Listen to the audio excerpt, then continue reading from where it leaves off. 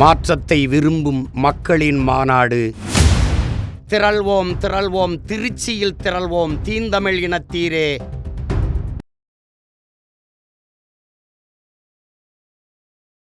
இவ்வளோ கடன் நீங்கள் 6 வருஷத்தில் 5 வருஷத்தில் 6 லட்சம் கோடி அதிகமாக்கி இருக்கீங்களே, அது எங்கே இன்வெஸ்ட்மெண்ட் ஆயிருக்கு? அந்த கேள்வியை அவர் கேட்டிருக்கணும். இது கூட அவமானம் இல்லைன்னு நாங்கள் நினச்சோம்னா சார், நாங்கள் உப்பே போட்டு சாப்பிடலன்னு அர்த்தம் சார். எல்லா இடத்துலையும் நாங்கள் சப்போர்ட் பண்ணி நாங்கள் தேஞ்சு போயிட்டோங்க. நீங்கள் இதே நிலைமைக்கு போனாக்கா நாங்கள் கொஞ்ச நாளில் காணாமல் போயிடுவோம். இல்ல சார், அது காங்கிரஸ் மீதான பிழையும் தானே சார். நீங்க உங்கள் கட்சியை வளர்ப்பதற்கான வேலை திட்டங்களை காங்கிரஸ் கட்சி தங்களுக்குள்ள பண்ணாம விட்டாங்க. அடுத்த தலைமுறையை காங்கிரஸ் வளர்க்காம விட்டாங்க சார்.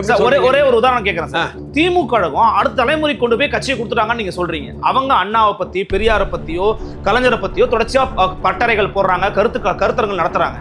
காங்கிரஸ் கட்சி 9 ஆண்டுகால பொற்கால ஆட்சியை கொடுத்த காமராஜரை பற்றி கடந்த 10 ஆண்டுகள் நடத்துற ஒரு கருத்தரங்கு சொல்லுங்க, ஒரு மாநாடு சொல்லுங்க. கேரளாவில் மந்திரி சபை எல்லாம் இது வரைக்கும் வந்த மந்திரி சபை அத்தனையுமே கூட்டணி மந்திரி சபை தான்.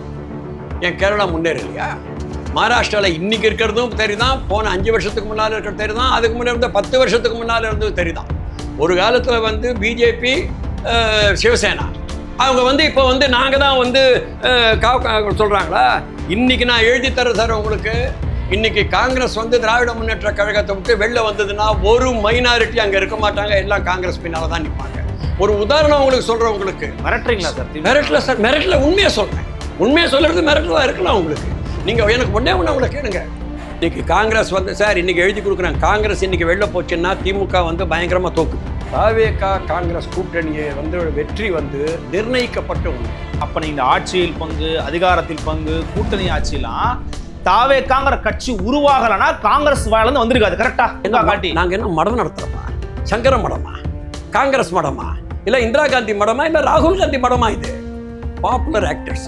என்டிஆராக இருக்கட்டும், திரு எம்ஜிஆராக இருக்கட்டும், திரு விஜயகாந்தா இருக்கட்டும், 3 பேருமே பாப்புலர் ஆக்டர்ஸ். இன்னைக்கு தமிழ்நாட்டில் ஒரு மிகப்பெரிய பாப்புலர் ஃபிகர் விஜய். ஒன்று. ஏன் இந்த சிரஞ்சீவி, பவன் கல்யாணம் எடுத்துக்க மாட்டீங்களா?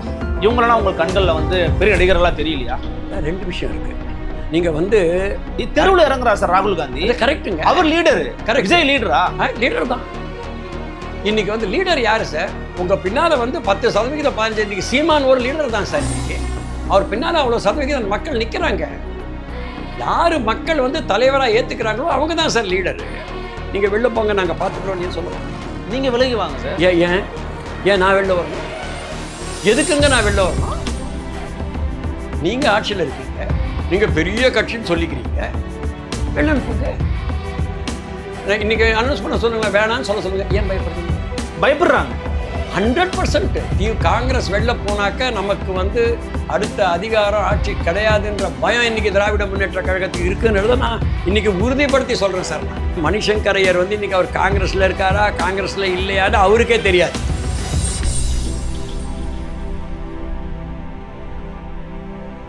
நிம்மதி ப்ராப்பர்ட்டி மேனேஜ்மெண்ட். கான்டாக்ட் 7667008999. நலம் தரும் நல்லார் சித்த மருத்துவமனை. இதய நோய், சர்க்கரை நோய், பக்கவாதம், சிறுநீரக பிரச்சனை, தண்டுவடம் மற்றும் மூட்டு பிரச்சனைகளுக்கு மிகச்சிறந்த மருத்துவமனை. கிருஷ்ணகிரி, சென்னை மற்றும் மதுரை. தொடர்புக்கு 8807666117 மற்றும் 8807666118. ஃபோர்த் எஸ்டேட் தமிழ் நேயர்களுக்கு அருள்மொழிவர்மனின் அன்பார்ந்த வணக்கங்கள். இது உங்கள் ஃபோர்த் எஸ்டேட் தமிழ் வழங்கும் பெரிதும் பெரிதுகள் நிகழ்ச்சி. இன்றைக்கு நம்மோடு சிறப்பு விருந்தினராக இணைந்திருக்கிறார் அகில இந்திய காங்கிரஸ் கமிட்டியினுடைய முன்னாள் ஊடகப் பிரிவு செயலாளரும் தற்போதைய தேசிய ஊடக ஒருங்கிணைப்பாளருமாக திகழக்கூடிய மரியாதைக்குரிய திரு SV ரமணி அவர்கள். வாருங்கள் அவரோட ஒரு சிறப்பு நேர்காணல். வணக்கம் சார். வணக்கம் சார். உங்களுடைய நேயர்களுக்கு என்னுடைய காலை வணக்கங்கள். மிக்க நன்றி சார். ஃபர்ஸ்ட் ஆஃப் ஆல் நேரம் கொடுத்ததுக்கு ரொம்ப நன்றி தெரிவிச்சுக்கிறேன். நீங்கள்லாம் எங்கே பார்க்குறதே எங்களுக்கு பெருமை சார். மிக்க நன்றி. ஸோ ஒரு முக்கியமான ஒரு காலகட்டத்தில் தமிழ்நாடு அரசியல் களம் இருக்கிறதுன்னு நம்ம சொல்லலாம். ஏன்னா 2026 தேர்தல் நெருங்கி கொண்டிருக்கக்கூடிய ஒரு வேளையில் அடுத்தடுத்து எல்லா விதமான விஷயங்களும் ரொம்ப பரபரப்பாக பேசப்பட்டு கொண்டிருக்கிறது. அந்த அடிப்படையில் ஒரு கரண்ட் அஃபேர்லேருந்து துவங்கிடலாம் அப்படிங்கிறதுனால நான் ஒரு முதல் கேள்வியை கேட்க விரும்புறது என்னன்னா, நேற்றைக்கு சட்டமன்ற கூட்டத்தொடரில் மரியாதைக்குரிய தமிழகத்தினுடைய முதலமைச்சர் திரு மு க ஸ்டாலின் அவர்கள் மத்தியில் கூட்டாட்சி, மாநிலத்தில் சுயாட்சி அப்படிங்கிறத மீண்டும் வலியுறுத்தி பேசியிருக்கிறாங்க. இது ஒரு முக்கியமான ஒரு காலகட்டமா இருக்கிறது. ஒட்டுமொத்தமா நம்ம வந்து மாநிலங்களுடைய உரிமைகளை விட்டு கொடுக்க கூடாது, அதனால ஒரு உரிமை முழக்கமா இதை வந்து கொண்டு போகணும் அப்படிங்கிற ஒரு நோக்கத்துல பேசியிருக்கிறாரு. ஒரு அலையன்ஸ் பார்ட்டியா உங்களுடைய கருத்து இதுல நீங்க என்ன பதிவு செய்ய விரும்புறீங்க? இதை இன்னைக்கு இருக்கிற அரசியல் சூழ்நிலையில மனசு வச்சு பார்த்தாக்க நான் 2 விதமா பார்க்குறேன். அதாவது வந்து மத்தியில் கூட்டாட்சி, இது வந்து ஒரு ஃபெடரலிஸ்டிக் செட்டப்பை வந்து ரொம்ப நாளாக வந்து காங்கிரஸ் வந்து கான்ஸ்டியூஷன்லேயே கொண்டு வந்திருக்கு. அதாவது வந்து மத்தியில் வந்து ஒரு நிலையான ஸ்திரமான ஆட்சி இருக்கணும்னாக்க அதற்கு வந்து கூட்டணிகள் தேவைப்பட்டாக்க கண்டிப்பாக அந்த கூட்டணிகளை வைக்கணுன்ட்டு தான் நீங்கள் வந்து 77 ஜனதா வந்தப்போ கூட ஜனதா பாரத ஜனதா கட்சியெலாம் அதில் வந்து மெர்ஜ் பண்ணிட்டாங்க. அப்போ இருந்த ஜனசங்கம். பட் கம்யூனிஸ்ட் பார்ட்டியெல்லாம் கூட சப்போர்ட் பண்ணாங்க, ஜெகஜீவன் ராம் சப்போர்ட் பண்ணார். அதுக்கப்புறம் மறுபடியும் 89 வந்து விபி சிங் அவர்கள் வெற்றி பெற்ற போது கூட ஒரு கூட்டணி ஆட்சி தான் மத்தியில். 96 ட்ரை பண்ணாங்க, சரியாக வரல. 96 ஆனால் வந்து தமிழ் மாநில காங்கிரஸ், திராவிட முன்னேற்ற கழகம்லாம் ஒன்றா இருந்தப்போ அங்கே ஒரு யுனைடெட் ஃப்ரண்ட்னு ஒன்று, அதுவும் ஒரு கூட்டணி ஆட்சி தான். 98 முயற்சி பண்ணப்போ அதுவும் ஒரு கூட்டணி ஆட்சி தான். வாஜ்பாய் வந்தார், ஆனால் 11 மாதத்தில் அவரை கவுத்துட்டாங்க. அதுக்கப்புறம் வந்த ஆட்சியில் திராவிட முன்னேற்ற கழகமே அதில் ஒரு பார்ட்டாக இருந்தது, அதுவும் ஒரு கூட்டணி ஆட்சி. அதுக்கப்புறம் வந்து தொடர்ந்து நீங்கள் பார்த்தீங்கன்னாமே எல்லாமே கூட்டணி ஆட்சியாக தான் இருக்குது. நீங்கள் வந்து பிஜேபியும் இன்றைக்கி கூட்டணி ஆட்சியில் தான் நடத்துது அதை. ஏன்னா அவங்க கூட தெலுங்கு தேசம் இருக்காங்க, நிதிஷ்குமார் இருக்கார், மற்ற சின்ன சின்ன கட்சிகள், பாஸ்வான் கட்சி இருக்குது, எல்லாம் இருக்குது. ஸோ அதனால் வந்து மத்தியில் வந்து எப்படி போயிருக்குன்னாக்க ஒரு காலத்தில் வந்து 71 வரைக்கும் காங்கிரஸ் வந்து ஒரு பவர்ஃபுல் கட்சியாக இருந்து ஆட்சியை வந்த பிறகு அன்றைக்கி இருந்த மக்களோட படிப்பு, அறிவோட அந்த வளர்ச்சி அதெல்லாம் கம்மியாக இருந்தப்போ, ரெண்டாவது வந்து அப்போ தான் சுதந்திரம் பெற்று காங்கிரஸ் வந்து ஒரு பவர்ஃபுல் பார்ட்டியாக இருந்தது. அதுக்கப்புறமா வந்து பார்ட்டிக்குள்ளேயே பல முரண்பாடுகள். இப்போ பார்த்தீங்கன்னாக்கா முதல்ல ராஜாஜி வெளியில் போனார், அதுக்கப்புறம் முதலிமாய் வெளியில் போனார், அதுக்கப்புறம் வந்து ஜனதா கட்சி வந்து வெளியில் போச்சு, மொரார்ஜி தேசாய் வெளியில் போனார், அதுக்கப்புறம் வந்து தொடர்ந்து பார்த்தீங்கன்னா மூப்பனார் வெளியில் போனார், ஜெகஜீவன் ராம் வெளியில் போனார். முக்கியமான லீடர்கள் வெளியில் போக போக போக என்னாச்சுன்னாக்க காங்கிரஸ் வந்து கொஞ்சம் வீக் ஆகிக்கின்னு தான் போச்சு. இந்த இப்போ இருக்கிற எல்லா கட்சிகளோட லீடர்ஸ் எல்லாம் பார்த்தீங்கன்னா, ஏன் பிஜு பட்நாயக்கோட அப்பா, பட்நாயக்கோட அப்பா கூட காங்கிரஸ் போனவர் தான். மமதா பானர்ஜி காங்கிரஸ் வந்து போய் யாருங்க? மமதா பானர்ஜி இங்கேருந்து போனவங்க தான். பவார் இங்கேருந்து போனவர் தான். எல்லாமே வந்து காங்கிரஸ் ஓரளவுக்கு வீக் ஆச்சு. ரெண்டாவது வந்து மக்களுடைய வந்து அறிவுத்திறன் மட்டும் இல்லாமல் ஒரு அரசியலை வந்து எப்படி வந்து ஆலோசிக்கணும், அனலைஸ் பண்ணணுன்ற அந்த திறமையும் அவங்களுக்கு அதிகமாச்சு. கடந்த 10 வருடங்களில் இன்டர்நெட்டு இதெல்லாம் வந்தப்போ பார்த்தீங்கன்னா, இப்போ உங்கள் யூடியூப் சேனல்லாம் இவ்வளோ ஃபேமஸாக ஆயிருக்கீங்கன்னாக்க அது மக்களோட ஆதரவு. அதில் நீங்கள்லாம் வந்து உங்களுடைய சேனலு, மற்ற சேனல்ஸ் எல்லாமே, இந்த ஊடகங்கள்லாம் கூட என்ன ஒரு முக்கியமான விஷயத்தை நீங்கள் இந்த நாட்டுக்கு வந்து ஒரு நல்லது செஞ்சுருக்கீங்கன்னா, அரசியல் நிலைமையை மக்களுக்கு வந்து அவருடைய வீட்டுக்கு கொண்டு போய் புரிய வைக்க பண்ணுறீங்க. எல்லோரும் செய்தித்தாள் படிக்கிறதில்ல, செய்தித்தாளில் வரதும் வந்து இங்கிலீஷில் ரீடிங் பிட்வீன் த லைன்ஸ்னு சொல்லுவாங்க, அது யாரும் பண்ணுறதில்ல. செய்தியில் கொடுத்துருக்கானா திமுக அதிமுக கூட்டணின்னு சொன்னால் கூட அப்படியே அதிமுக கூட்டணி கூட நினைப்பாங்க, நடக்காதெல்லாம் நினைப்பாங்க. ஓகே, வேற நீங்கள் வந்து தெளிவாக அந்த என்ன நிலைமையை கொண்டு போயிருக்கீங்க. இப்படிப்பட்ட சூழ்நிலையில் வந்து இனிமேல் வந்து மத்தியில் வந்து ஒரு கூட்டாட்சி தான் இருக்கிற மாதிரி ஒரு தோரணை வருது. ஒரு வேளை பிஜேபி மறுபடியும் வரலாம், காங்கிரஸ் மறுபடியும் வரலாம். அது வந்து அடுத்த 5-10 வருடங்களுக்கு வர மாதிரி எனக்கு தெரியல. அது ஒரு பக்கம். ஆனால் நீங்கள் வந்து மாநிலத்தில் சுயாட்சின்னு சொல்லும்போது இன்றைக்கி இருக்கிற அரசியல் சூழ்நிலையை வச்சு நான் எப்படி பார்க்குறேன்னா 2 விதமாக பார்க்கலாம்.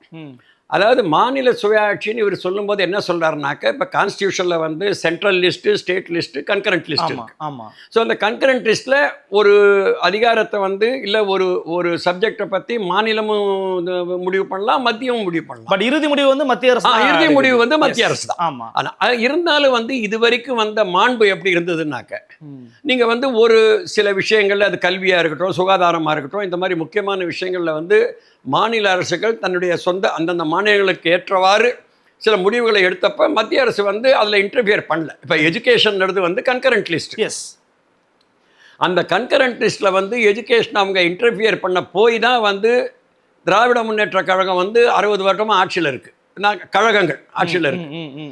இதில் வந்து கன்கரண்ட் லிஸ்ட்டில் மட்டும் காங்கிரஸ் 62, 63 வந்து லால் பகதூர் சாஸ்திரியோ இல்லைனாக்கா மற்றவங்களோ இந்த ஹிந்தியை வந்து திணிக்கிற மாதிரி, ஏன்னா அந்த கல்வியில் வந்து அவங்க கன்கரண்ட் லிஸ்ட்டில் கை வச்சாங்க. எஸ். ஸோ இந்த மாதிரி தவறுகள் வந்து அதுக்கப்புறம் செய்யாமல் இருந்தாங்க. பாரதிய ஜனதா கட்சி வந்தப்புறம் வந்து அவங்க வந்து நீட்லேருந்து ஆரம்பித்து எல்லாத்துலேயுமே இன்டர்ஃபியர் பண்ணுறாங்க, எதுலேயுமே இன்டர்ஃபியர் பண்ணாமல் இல்லை.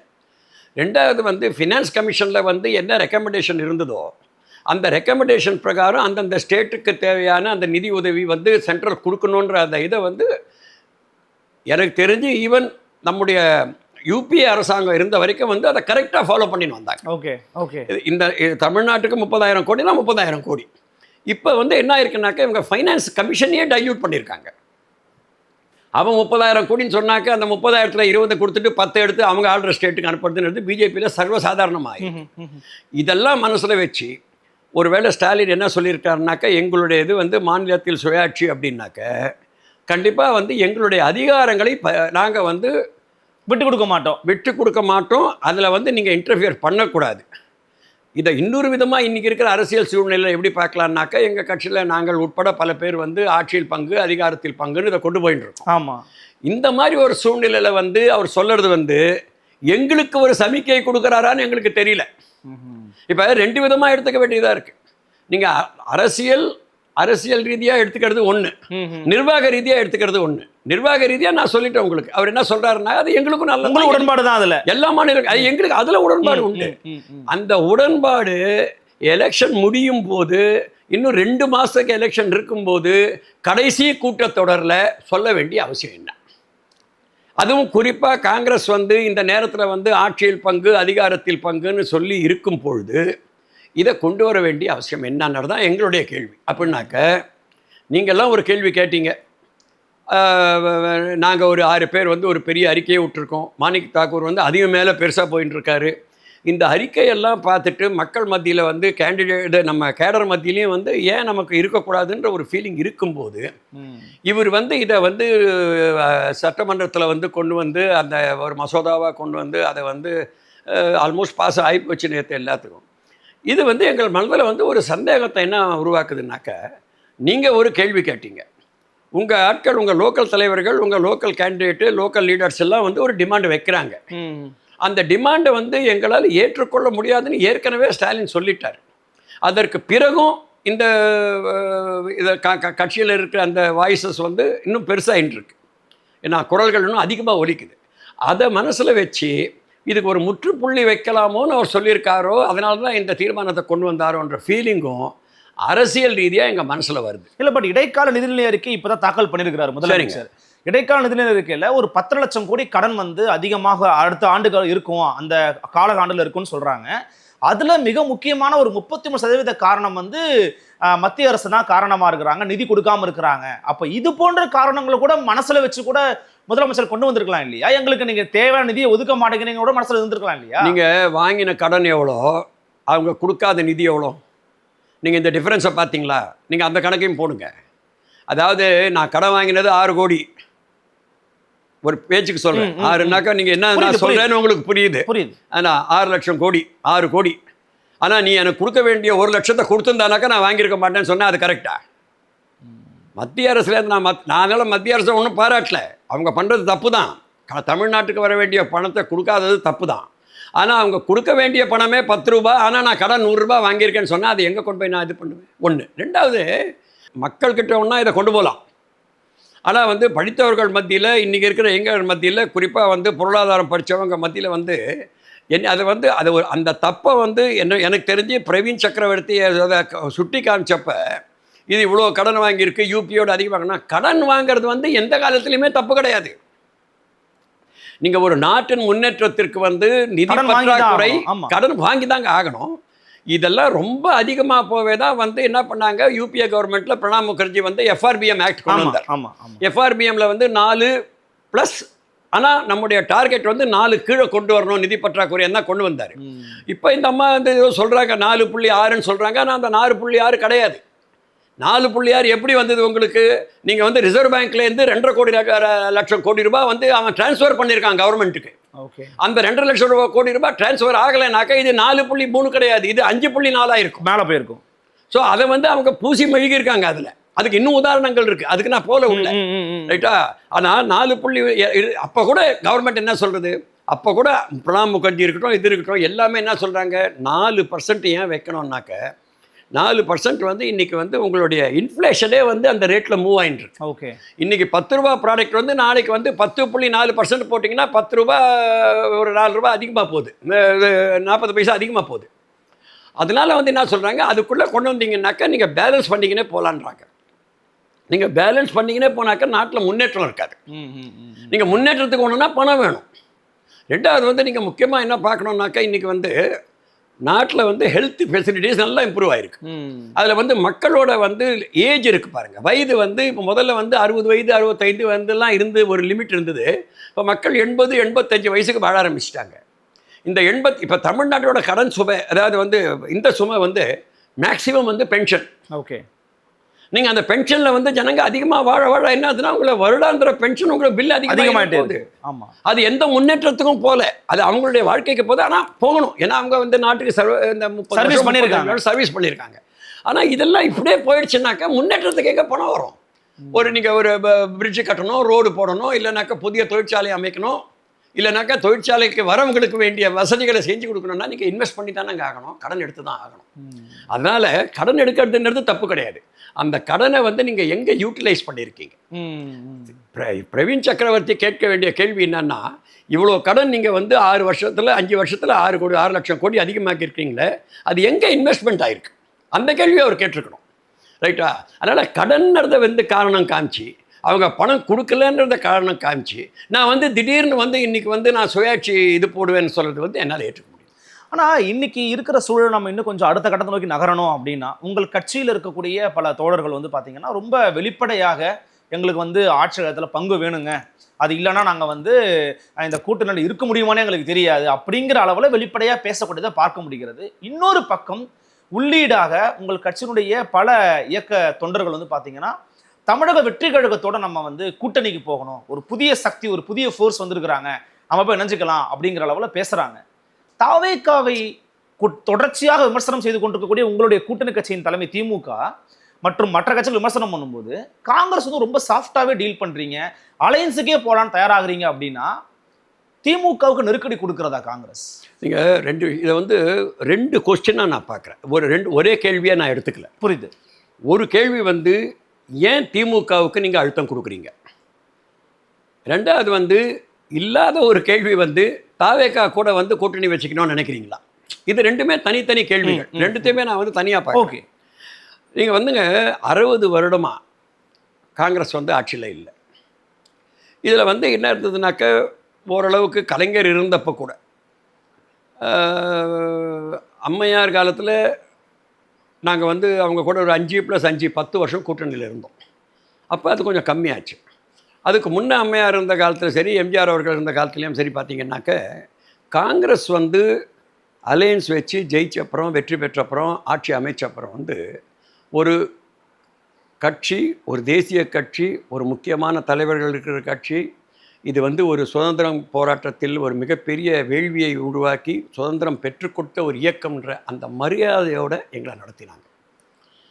ஆனால் அதில் கூட வந்து எந்த காரணத்தினாலோ 2006 வந்து கலைஞர் வந்து ஒரு மெஜாரிட்டி இல்லாத நேரத்தில் கூட எங்களுடைய தலைவர்கள் செய்த தவறுனால அந்த கூட்டணி ஆட்சியில் நாங்கள் இல்லை. அன்றைக்கி அந்த ஆட்சியில் நாங்கள் போயிருந்தோம்னா இன்றைக்கி காங்கிரஸோட நிலைமைனாக்க, நான் சொல்கிறது வந்து பொலிட்டிக்கல் நிலைமையை சொல்லலை, அதனுடைய அதிகாரம் வந்து வேறு மாதிரி இருந்திருக்கும். அந்த தப்பை செஞ்சிட்டோம். ஆனால் அன்றைக்கி கூட வந்து கலைஞர் வந்து கொடுக்க வேண்டிய மரியாதை கொடுத்தாரு, வாரியங்கள் சிலதெல்லாம் கொடுத்தாரு, டெல்லியை மரியாதையாக நடத்தினார். அதே நேரத்தில் அவருக்கு ஒரு நிர்பந்தமும் இருந்தது, எங்களுக்கு ஒரு நிர்பந்தம் இருந்தது. அவருக்கு நாங்கள் கூட்டணிக்கு சப்போர்ட் பண்ணணும், எங்களுக்கு வந்து யூபிஏல அவர் தேவைப்பட்டார். ஸோ 2 பேரும் மியூச்சுவல் கமிட்மெண்ட் இருக்கவே என்ன பண்ணாங்க, இந்த காம்ப்ரமைஸை தான் காங்கிரஸ் பண்ணிச்சுன்னு நான் நினைக்கிறேன் நான். ஓகே. ஆனால் அதுக்கப்புறம் வந்து 2014 அப்புறம் எங்களுக்கு ஆட்சியே இல்லை, இங்கேயும் இல்லை அங்கேயும் இல்லை. ஆமாம். இந்த நேரத்தில் வந்து 2021 நாங்கள் மறுபடியும் வந்து கூட்டணி வச்சு திமுக கூட ஜெயிச்சப்புறம், அதற்கு பிறகு வந்து திராவிட முன்னேற்ற கழகம் அவர்களுடைய அடுத்த தலைமுறைக்கான தலைவர்கள், இவங்க இப்போ இருக்கிறது பூரா அடுத்த தலைமுறைக்கான தலைவர்கள், இதை ஒரு சில பேரை தவிர திரு கருணாநிதி அவர்களுடன் கூட இருந்த தலைவர்கள்லாம் இப்போ காணோம். ஆற்காடு வீராசாமி இருந்தார், எங்கள் கூட நல்ல ஒரு கோஆர்டினேஷனில் இருந்தார். முரசொலி மாறன் இருந்தார். முரசொலி மாறனுக்கு என்றைக்குமே காங்கிரஸ் பிடிக்காது. இருந்தாலும் வந்து அந்த கோஆர்டினேஷனை கரெக்டாக மெயின்டைன் பண்ணியிருந்தார். இப்படிப்பட்ட தலைவர்கள் இருந்தாங்க. நீங்கள் வந்து ஈவன் ஒரு எக்ஸ்டென்ட்டுக்கு நான் போனேன்னாக்க தயாநிதி மாறன் கூட வந்து காங்கிரஸுக்கு வந்து கொடுக்க வேண்டிய மரியாதை டெல்லியில் வந்து நல்லா இது பண்ணி எல்லாம் வச்சுருந்தாங்க. ஓகே. இப்போ இந்த அடுத்த தலைமுறை தலைவர்கள் வந்து ஸ்டாலின் அவர்களுக்கு வேண்டிய தலைவர்கள் பல மாவட்ட செயலாளர்களாகவும் இப்போ வந்து அமைச்சர்களாக வந்த பிறகு காங்கிரஸிற்கு கொடுக்க வேண்டிய மரியாதை குறைந்து கொண்டே வருவதை என்னால் பார்க்க முடியும். இல்லை, எந்த இடத்துலன்னு நீங்கள் சொல்லணும். நான் ஒன்று சொல்கிறேன் கேளுங்க. நீங்கள் அதாவது எலெக்ஷன் முடிஞ்சது, ஆட்சி அமைது, கூட்டணி இதில் வந்து நம்ம அடுத்த உள்ளாட்சி தேர்தல் வருது. உள்ளாட்சி தேர்தலில் நாங்கள் என்ன சொல்கிறோம், எங்களுக்கு வந்து இவ்வளோ பர்சன்டேஜ் கொடுங்க, நாங்களும் இருக்கோம், அவ்வளோலாம் கொடுக்க முடியாது, இவ்வளோ தான் கொடுப்போம். சரி, இவ்வளோ தான் கொடுப்பீங்க, அதை நாங்கள் ஏற்றுக்கிறோம். மாவட்டங்களில் போகிறோம். இங்கே வந்து நீங்கள் எந்த தொண்டர்களை ஒன்றா கேட்டு பாருங்கள். ஸோ ஒரு உதாரணத்துக்கு சொல்கிறேன், எங்களுக்கு 20% கொடுக்குறேன்னு அவங்க சொன்னாங்கன்னா எந்த மாவட்டத்திலையாவது 20% அவங்க கொடுத்துருக்காங்கன்னு மட்டும் நீங்கள் எனக்கு ப்ரூவ் பண்ணி சொல்லுங்கள், நான் அரசியலை விட்டு வெளில போயிடுறேன். எந்த மாவட்டத்துலேயும் அவங்க சொன்ன அந்த கூட்டணி கணக்கை அவங்க இது பண்ணலை. இது கூட பரவாயில்லைங்க. நீங்கள் அடுத்த ஸ்டெப்பு, உங்களுக்கு வந்து ஒரு ஊராட்சி ஒன்றியம் இருக்குது, 5000 ஓட்டு ஒன்றியம் இருக்குது, பஞ்சாயத்து யூனியன். பஞ்சாயத்து யூனியனில் இருக்கிற 20 வார்டில் வந்து எங்களுக்கு கொடுக்குறதே 3 வார்டு, 4 வார்டு, 5 வார்டு. சரி, அந்த 5 வார்டிலையும் என்ன பண்ண வேண்டியது, எங்கள் ஆளுங்களுக்கு எதிராகவே வந்து ஒரு போட்டி வேட்பாளரை நிறுத்தி எங்களை தோக்கடிக்க வேண்டியது. திமுகவே பண்ணதா? அதை பண்ணிச்சுங்க. நீங்கள் இந்த ஊரில் வந்து இந்த இருக்கிற ரெவென்யூ மாவட்டங்களில் வந்து போய் அத்தனை மாவட்டங்களையும் நீங்கள் கேட்டு பாருங்கள், இது நடந்ததா இல்லையான்னு கேட்கணுங்க. ஏன் எங்கள் தொண்டர்கள் கோபமாக இருக்காங்க? நீங்கள் கொடுத்ததே ஒழுங்காக கொடுக்கல, கொடுத்த இடத்துலையும் எங்களை தோக்கடிக்கிறீங்க. தோக்கடித்த பிறகு அதையும் மீறி ஜெயிச்சு வந்தால் அவனை விலைக்கு வாங்கிட வேண்டியது. ஏங்க, இது வந்து கூட்டணி தர்மமா இது? ரெண்டாவது வந்து இளங்கோவன் வந்து இறந்து போகிறாரு. ஆமாம், அது எங்கள் சீட்டு தானே, அது எப்படி நீங்கள் நிற்கலாம் அதில்? ஏங்க, இளங்கோவன் இவர் இறந்துட்டார், அவங்க கொடுக்குறோம். இப்போ இளங்கோவனே போயிட்டார். மரணம் வந்து இன்றைக்கி நீங்கள் சொல்லிட்டு வர்றது மரணம் கிடையாதுங்க, என்றைக்கு ஒன்றா வரலாம். ஆனால் அந்த சீட்டு வந்து எங்களுக்கு ஒதுக்கினது தானே 25. அதுவும் இளங்கோவன் அவர்களுடைய சீட்டாச்சு இல்லை, ஒரு மிகப்பெரிய ஃபேமிலியில் வந்தவர். அந்த சீட்டை வந்து எங்களுக்கு கொடுக்காம நானே நிற்கிறேன்னு சொல்லி நீங்கள் எப்படிங்க அதை எடுக்கலாம்? அது வந்து தலைவர் ராகுல் காந்தி அவர்களுக்கு மிகப்பெரிய வருத்தத்தை உருவாக்கியது. இதெல்லாம் வந்து எங்களை அவமானப்படுத்துறது இல்லைங்களா? சரி, எங்களுக்கு வந்து எங்கள் எல்லாம் வாரியெல்லாம் கொடுக்குறீங்களா, எங்களுக்கு ஏதாவது ஒரு வாரியம் கொடுத்தீங்களா? இதை எல்லாருக்கும் வந்து பீட்டர் அல்ஃபான்ஸுக்கு கொடுத்தேன்னு சொல்கிறீங்க. பீட்டர் அல்ஃபான்ஸுக்கு கொடுத்துட்டு எதுக்கு 2 வருஷம் கழிச்சு அதை எடுத்துட்டீங்க? ஏன் அதை கண்டினியூ பண்ணல எலெக்ஷன் வரைக்கும்? நீங்கள் வந்து போன வாட்டி கோபண்ணாவுக்கு கொடுத்துருந்தீங்க. எங்கள் கட்சியிலையும் சில பேர் அவங்களுக்கு சப்போர்ட் பண்ணுறவங்க இருக்காங்கல்ல, அவங்களுக்கே கொடுங்க. அதையும் நீங்கள் கொடுக்கல. எங்க அறங்காவலர் துறையில் வந்து ஒவ்வொரு கோவில்லையும் வந்து ஒரு தலைவர் போடுறீங்க, கீழே 4 மெம்பர் போடுறீங்க. ஒரு மெம்பர் காமிங்க சார் எனக்கு, நீங்கள் எந்த ஊரில் போட்டிருக்கீங்கன்ட்டு. காங்கிரஸ் ஒரு மெம்பர் கூட கொடுக்கல, ஒரு நம்பர் கூட கொடுக்கல. அப்போ எங்களை வந்து நீங்கள் அவமானப்படுத்தலைன்னாக்க, இது கூட அவமானம் இல்லைன்னு நாங்கள் நினச்சோன்னா சார், நாங்கள் உப்பே போட்டு சாப்பிடலன்னு அர்த்தம் சார். இப்போ வந்து எங்களுக்கு வந்து நான் ஃப்ராங்காக சொல்கிறேன், எங்களுக்கு இன்றைக்கி வந்து எங்களுக்கு வந்து கூட்டணி ஆட்சி அங்கே நாங்கள் இல்லை, எங்களுக்கு அந்த நிர்பந்தம் கிடையாது. ஆனால் அந்த கூட்டணி ஆட்சிக்கு கூட எங்களால் வந்து வர முடியாமல் இருந்ததுக்கு என்ன காரணம்னா, இந்த மாதிரி பல கட்சிகள் கூட நாங்கள் சேர்ந்து இங்கே முலாயம் சிங் யாதவுக்கு சப்போர்ட் பண்ணியாச்சு, அங்கே வந்து மம்தாவுக்கு சப்போர்ட் பண்ணியாச்சு, இங்கே தேஜஸ்வி யாதவ் அவங்க அப்பாவுக்கு சப்போர்ட் பண்ணியாச்சு. ஜார்க்கண்டில் வந்து மட்டும்தான் இப்போ நாங்கள் ஆட்சி கொடுத்துருக்காங்க. எல்லா இடத்துலையும் நாங்கள் சப்போர்ட் பண்ணி நாங்கள் தேஞ்சு போயிட்டோங்க. நீங்கள் இதே நிலைமைக்கு போனாக்க நாங்கள் கொஞ்ச நாளில் காணாமல் போயிடுவோம். இல்லை சார், அது காங்கிரஸ் மீதான பிழையும் தானே சார். நீங்க கட்சியை வளர்ப்பதற்கான வேலை திட்டங்களை காங்கிரஸ் கட்சி தங்களுக்குள்ள பண்ணாம விட்டாங்க, அடுத்த தலைமுறையை வந்து காங்கிரஸ் வளர்க்காம விட்டாங்க சார். ஒரே ஒரு உதாரணம் கேட்கறேன் சார். இப்போ திராவிட முன்னேற்ற கழகம் எடுத்துக்கோங்க, திமுக கழகம் அடுத்த தலைமுறை கொண்டு போய் கட்சியை கொடுத்துட்டாங்கன்னு நீங்க சொல்றீங்க. அவங்க அண்ணாவை பத்தி, பெரியாரை பத்தியோ, கலைஞரை பத்தியோ தொடர்ச்சியா பட்டறைகள் போடுறாங்க, கருத்தரங்கள் நடத்துறாங்க. காங்கிரஸ் கட்சி 9 ஆண்டு கால பொற்கால ஆட்சியை கொடுத்த காமராஜரை பற்றி கடந்த 10 ஆண்டுகள் நடத்துற ஒரு கருத்தரங்கு சொல்லுங்க, ஒரு மாநாடு சொல்லுங்க, ஒரு போராட்டம் சொல்லுங்க. அப்போ காங்கிரஸ் கட்சி அடுத்த தலைமுறை கொண்டு போய் சேர்க்காத விட்ட பிழை தானே நீங்க தெரிஞ்சுட்டு வரீங்க சார். 2 விஷயம், நீங்கள் வந்து அண்ணாவை பற்றியும் கருணாநிதியை பற்றியும் பெரியாரை பற்றியும் மக்கள்கிட்ட கொண்டு போய் சேர்த்தாதான் மக்களுக்கு திருப்பி ஞாபகம் வரும். காமராஜரை பற்றி வந்து மக்கள்கிட்ட கொண்டு சேர்க்க வேண்டிய அவசியமே கிடையாது சார். அவர் மக்கள் மனதில் இருக்கார். அவர் பண்ண அந்த சிறப்பு மிக்க இது இருக்குது பாருங்கள், அந்த டெவலப்மெண்ட் இருக்குது பாருங்கள், அது மக்களுக்கு எடுத்து சொல்ல வேண்டிய அவசியம் இல்லை. இன்றைக்கி காமராஜரை பற்றி போய் எடுத்து சொல்லணும்னு நினைக்கிறீங்களா? ராகுல் காந்தி, இந்திரா காந்தியை பற்றி எடுத்து சொல்லணும்னு நினைக்கிறீங்களா? நேருவை பற்றி எடுத்து சொல்லணும்னு நினைக்கிறீங்களா? தேவையில்லை. இருந்தாலும் எங்களுடைய பயிற்சி பட்டறைகள் அங்கங்கே வந்து நடந்துட்டு தான் இருக்குது. ஏன்னா நான் என்னையே கூடுவாங்க, நானே போய் போன 5 வருஷத்தில் 3 இடத்துல நானே பேசிட்டு வந்திருக்கேன். திருச்சி வேலுச்சாமி அவர்களும் என்னையும் வந்து ரெகுலராக கூப்பிடுவாங்க. அதே மாதிரி வந்து எங்களுடைய சோஷியல் மீடியாவுக்கும் எங்களை ரெகுலராக கூப்பிட்டு அங்கே இருக்கிறவங்கள பேச சொல்லி பழைய வரலாறு பழைய இதை பற்றி. இப்போவும் வந்து இப்போ நான் ஒரு மாதிரி இன்டர்வியூ கொடுக்குறேன்னாக்கா வேலுச்சாமி இப்போவும் வந்து காமராஜரை பற்றி பேசுவார். அதெல்லாம் நடந்துட்டு இருக்குங்க. அதனால வந்து நீங்கள் வந்து காங்கிரஸ் வந்து அலையன்ஸ் போனதுனால மட்டும்தான் உங்கள் கட்சியின் தேய்மானத்துக்கு காரணம் நீங்கள் நம்புறீங்களா? இல்லை, அலையன்ஸ் போனதுனால இல்லை, அலையன்ஸ் போய் அதில் உரிய பங்கை பெறாததுனால தான் நாங்கள் வந்து எங்கள் கட்சியின் தேய்மான்னு நினைக்கிறோம். ரொம்ப சிம்பிளுங்க. மக்கள் உங்ககிட்ட வராங்க. காங்கிரஸ், நான் காங்கிரஸில் இருக்கேன், காங்கிரஸ் லோக்கல் தலைவர்கிட்ட வராங்க, லோக்கல் எம்எல்ஏ கிட்ட வராங்க. ஐயா எனக்கு இந்த பிரச்சனை இருக்குது, அப்படியா நான் பேசுகிறேன். இவர் அமைச்சர்கிட்ட பேசலாம், அவர் பிடிஓ கிட்ட பேசலாம், அந்தந்த லெவலில் அவங்க பேசுகிறாங்க இல்லையா. பிடிஓ கிட்ட போனோடனே அப்படியா சரி வச்சுட்டு போ நான் பார்க்குறேன்றாரு. இதே கூட அடுத்த வந்து திமுக காரத்தை வந்து ஐயா இந்த இது கூடாங்கன்னா கொடு நான் பண்ணுறேன்றாரு. அப்போ எப்படி எங்கள் கட்சியை நாங்கள் வளர்க்க முடியும்? பவர் வந்து உங்களுக்கு ஜெயிக்கிறதுக்கு நாங்கள் தேவை. ஆனால் அந்த பவரில் நாங்கள் மிஸ்யூஸ் கூட பண்ணல. நீங்கள் இன்னைக்கு கூட எந்த காங்கிரஸ்காரன் எந்த இடத்துல எங்கே மிஸ்யூஸ் பண்ணான்னு எனக்கு ஒன்று சொல்லுங்கள் பார்க்கலாம். இருக்கிற 18 எம்எல்ஏஸில் யார் பேர்லையாவது ஒரு ஊழலோ இல்லைன்னா எங்கள் பணம் வாங்கினாங்க அங்கே பணம் வாங்கினாங்கன்னு சொல்லுங்கள் பார்க்கலாம். அது கூட நாங்கள் பண்ணுறதில்ல. அப்படி இருக்கும்போது அவன் தொண்டை என்ன நினைக்கிறான், இவங்களுக்கு வந்து என்ன பிரயோஜனம் இவங்க கூட இருக்கிறது. அவங்ககிட்ட போகிறான், என்ன பண்ணணும் சொல்லு பண்ணலாம். நீ முதல்ல எங்கிட்ட வா, நீ திமுகவில் வந்து சேர்ந்துரு, உடனே நான் பண்ணித்தரேன். அதிமுகவில் வந்து சேர்ந்துரு, உடனே நான் பண்ணித்தரேன். பாஜகவில் வந்து சேர்ந்துரு, உடனே லோன் வாங்கித்தரேன். இந்த மாதிரி தானே சார் காங்கிரஸ் வந்து தேயுது. இது வந்து நாங்கள் ஸ்டாப் பண்ணோம்னா என்னன்னா, நாங்கள் பதவியில் இருந்து அதிகாரத்தில் இருந்து ரெண்டு விதமாக இந்த ஆட்சியை நாங்கள் நடத்த முடியும். ஒன்று, ஒரு நல்ல நிர்வாகம், ஊழலற்ற ஆட்சி, ஊழல் செய்ய முடியாத அளவிற்கு ஒரு காப்பாளராக நாங்கள் இருக்க முடியும்.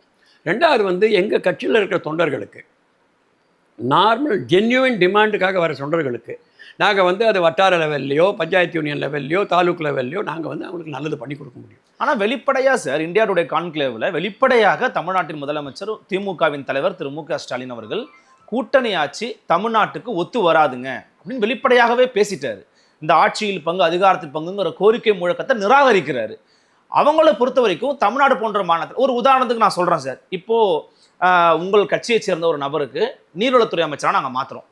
இப்போ அவங்களுடைய பார்வையில் சொல்கிறாங்க, கர்நாடகாவில் அல்லது வந்து மற்ற அண்டை மாநிலங்களில் ஒரு தண்ணி பிரச்சனை வருது, அங்கேயும் காங்கிரஸ் தான் இருக்குன்னு வைங்களேன், எப்படி இருக்கும் சுச்சுவேஷனு சார்? நீங்கள் வந்து அப்போ நாங்கள் திமுகவாலையும் காங்கிரஸ் ஜெயிக்குது, காங்கிரஸாலையும் திமுக ஜெயிக்குதுன்ற மியூச்சுவல் கமிட்மெண்ட் இருக்கும்போது உங்களால் மட்டும்தான் அங்கே வெற்றி பெறாங்கன்னு சொல்ல முடியாதுல்ல. ரெண்டு விஷயம் இதில் நீங்கள் வந்து ஒரு ஹைபாத்திக்கல் சிச்சுவேஷனை பேசுகிறீங்க. அதாவது எப்படின்னாக்க, இப்படி நடந்தால் அப்படி வந்தால் அத்தைக்கு மீசை முளைச்சா சித்தப்பான்லாம் பேசுகிறீங்க. நீங்கள் வந்து நீர்வளத்துறை அமைச்சராக ஒரு காங்கிரஸ்காரனை உட்கார வச்சு பார்த்துட்டு அந்த சால்வ் பண்ண முடியாதா? காமராஜர் எப்படி சால்வ் பண்ணார்? ப்ராப்ளம் வருது, நேர காமராஜர் எடுத்து பேசுகிறாரு கேரளா முதலமைச்சர்கிட்ட, இந்த மாதிரி பிரச்சனை வருது நமக்குள்ள என்னத்துக்குன்றாரு, நானே வரேன்றாரு, வந்து சால்வ் பண்ணிட்டு போகிறாரு. எப்படி நீங்கள் டீல் பண்ணுறதுன்னு இருக்குது. சரி, நீங்கள் தான் நீர்வளத்துறை அமைச்சராக இருந்தீங்க, இவ்வளோ நாளாக நீங்கள் தானே இருக்கீங்க, அதில் ஒன்றும் டவுட் இல்லையே. இல்லை, நீங்கள் சால்வ் பண்ணிட்டீங்களா? காங்கிரஸ் அமைச்சர் இல்லை, நீங்கள் தான் அமைச்சர், உங்களை தான் திறமை இருக்குது உங்களுக்கு, நீங்கள் தான் அடித்து பேசுவீங்க தமிழ்நாட்டுக்கு. ஏன் இத்தனை நாளாக காவேரி பிரச்சனை இன்னும் தொடருது? ஏன் உங்களுக்கு வந்து வைகை டேம் ப்ராப்ளம் இன்னும் தொடருது? நீங்கள் முல்லை பெரியாரை வந்து சால்வ் பண்ணிட்டீங்களா? இதை சால்வ் பண்ணிட்டீங்களா? சார், நீங்கள் சால்வ் என்ன சார் பண்ணுவீங்க? நீங்கள் உங்கள்கிட்ட காமராஜர் கிட்ட இருந்து பாடம் படிச்சிங்கன்னா கூட நீங்கள் கடல் தான் நீர், கடலில் போய் வேஸ்ட்டாக மழை நீரை நிறுத்திங்கன்னா கர்நாடகா எதுக்கு போய் நீங்கள் தொங்கணும் சார்? நீங்கள் இதெல்லாம் நாங்கள் எடுத்து சொல்லியிருப்போம் அமைச்சரவையில் இருந்தாக்க. இதை வெளியில் சொல்கிறோம், கேட்கறதுக்கு ஆள் இல்லை. அமைச்சரவைன்னா எங்ககிட்ட கேட்டாகணும். நீங்கள் அந்த அடிப்படையில் பாருங்கள். ஓகே, பட் ஆனால் உங்கள் இல்லை, இன்னொன்று சொல்லிடுறேன் உங்களுக்கு. தமிழ்நாட்டுக்கு ஒத்து வராது. அது நான் தமிழ்நாடு, நான் இந்தியாவில் இல்லையா? கேரளாவில் வந்து மந்திரி சபை எல்லாம் இது வரைக்கும் வந்த மந்திரி சபை அத்தனையுமே கூட்டணி மந்திரி சபை தான். ஏன் கேரளா முன்னேற இல்லையா? மகாராஷ்டிராவில் இன்றைக்கி இருக்கிறதும் தெரிதான், போன 5 வருஷத்துக்கு முன்னால் இருக்கிறது தெரிதான், அதுக்கு முன்னே இருந்த 10 வருஷத்துக்கு முன்னால் இருந்தது தெரிதான். ஒரு காலத்தில் வந்து பிஜேபி சிவசேனா, அடுத்தது வந்து பவார் என்சிபி காங்கிரஸ், பீகாரில் வந்து பார்த்திங்கன்னாக்க இன்றைக்கும் நிதிஷ்குமார் பிஜேபி, இன்றைக்கி வந்து காங்கிரஸோட கூட்டணியே வந்து ஜார்க்கண்டில் இருக்குது. எங்கே இதெல்லாம் கூட்டணி ஆட்சி இல்லையா?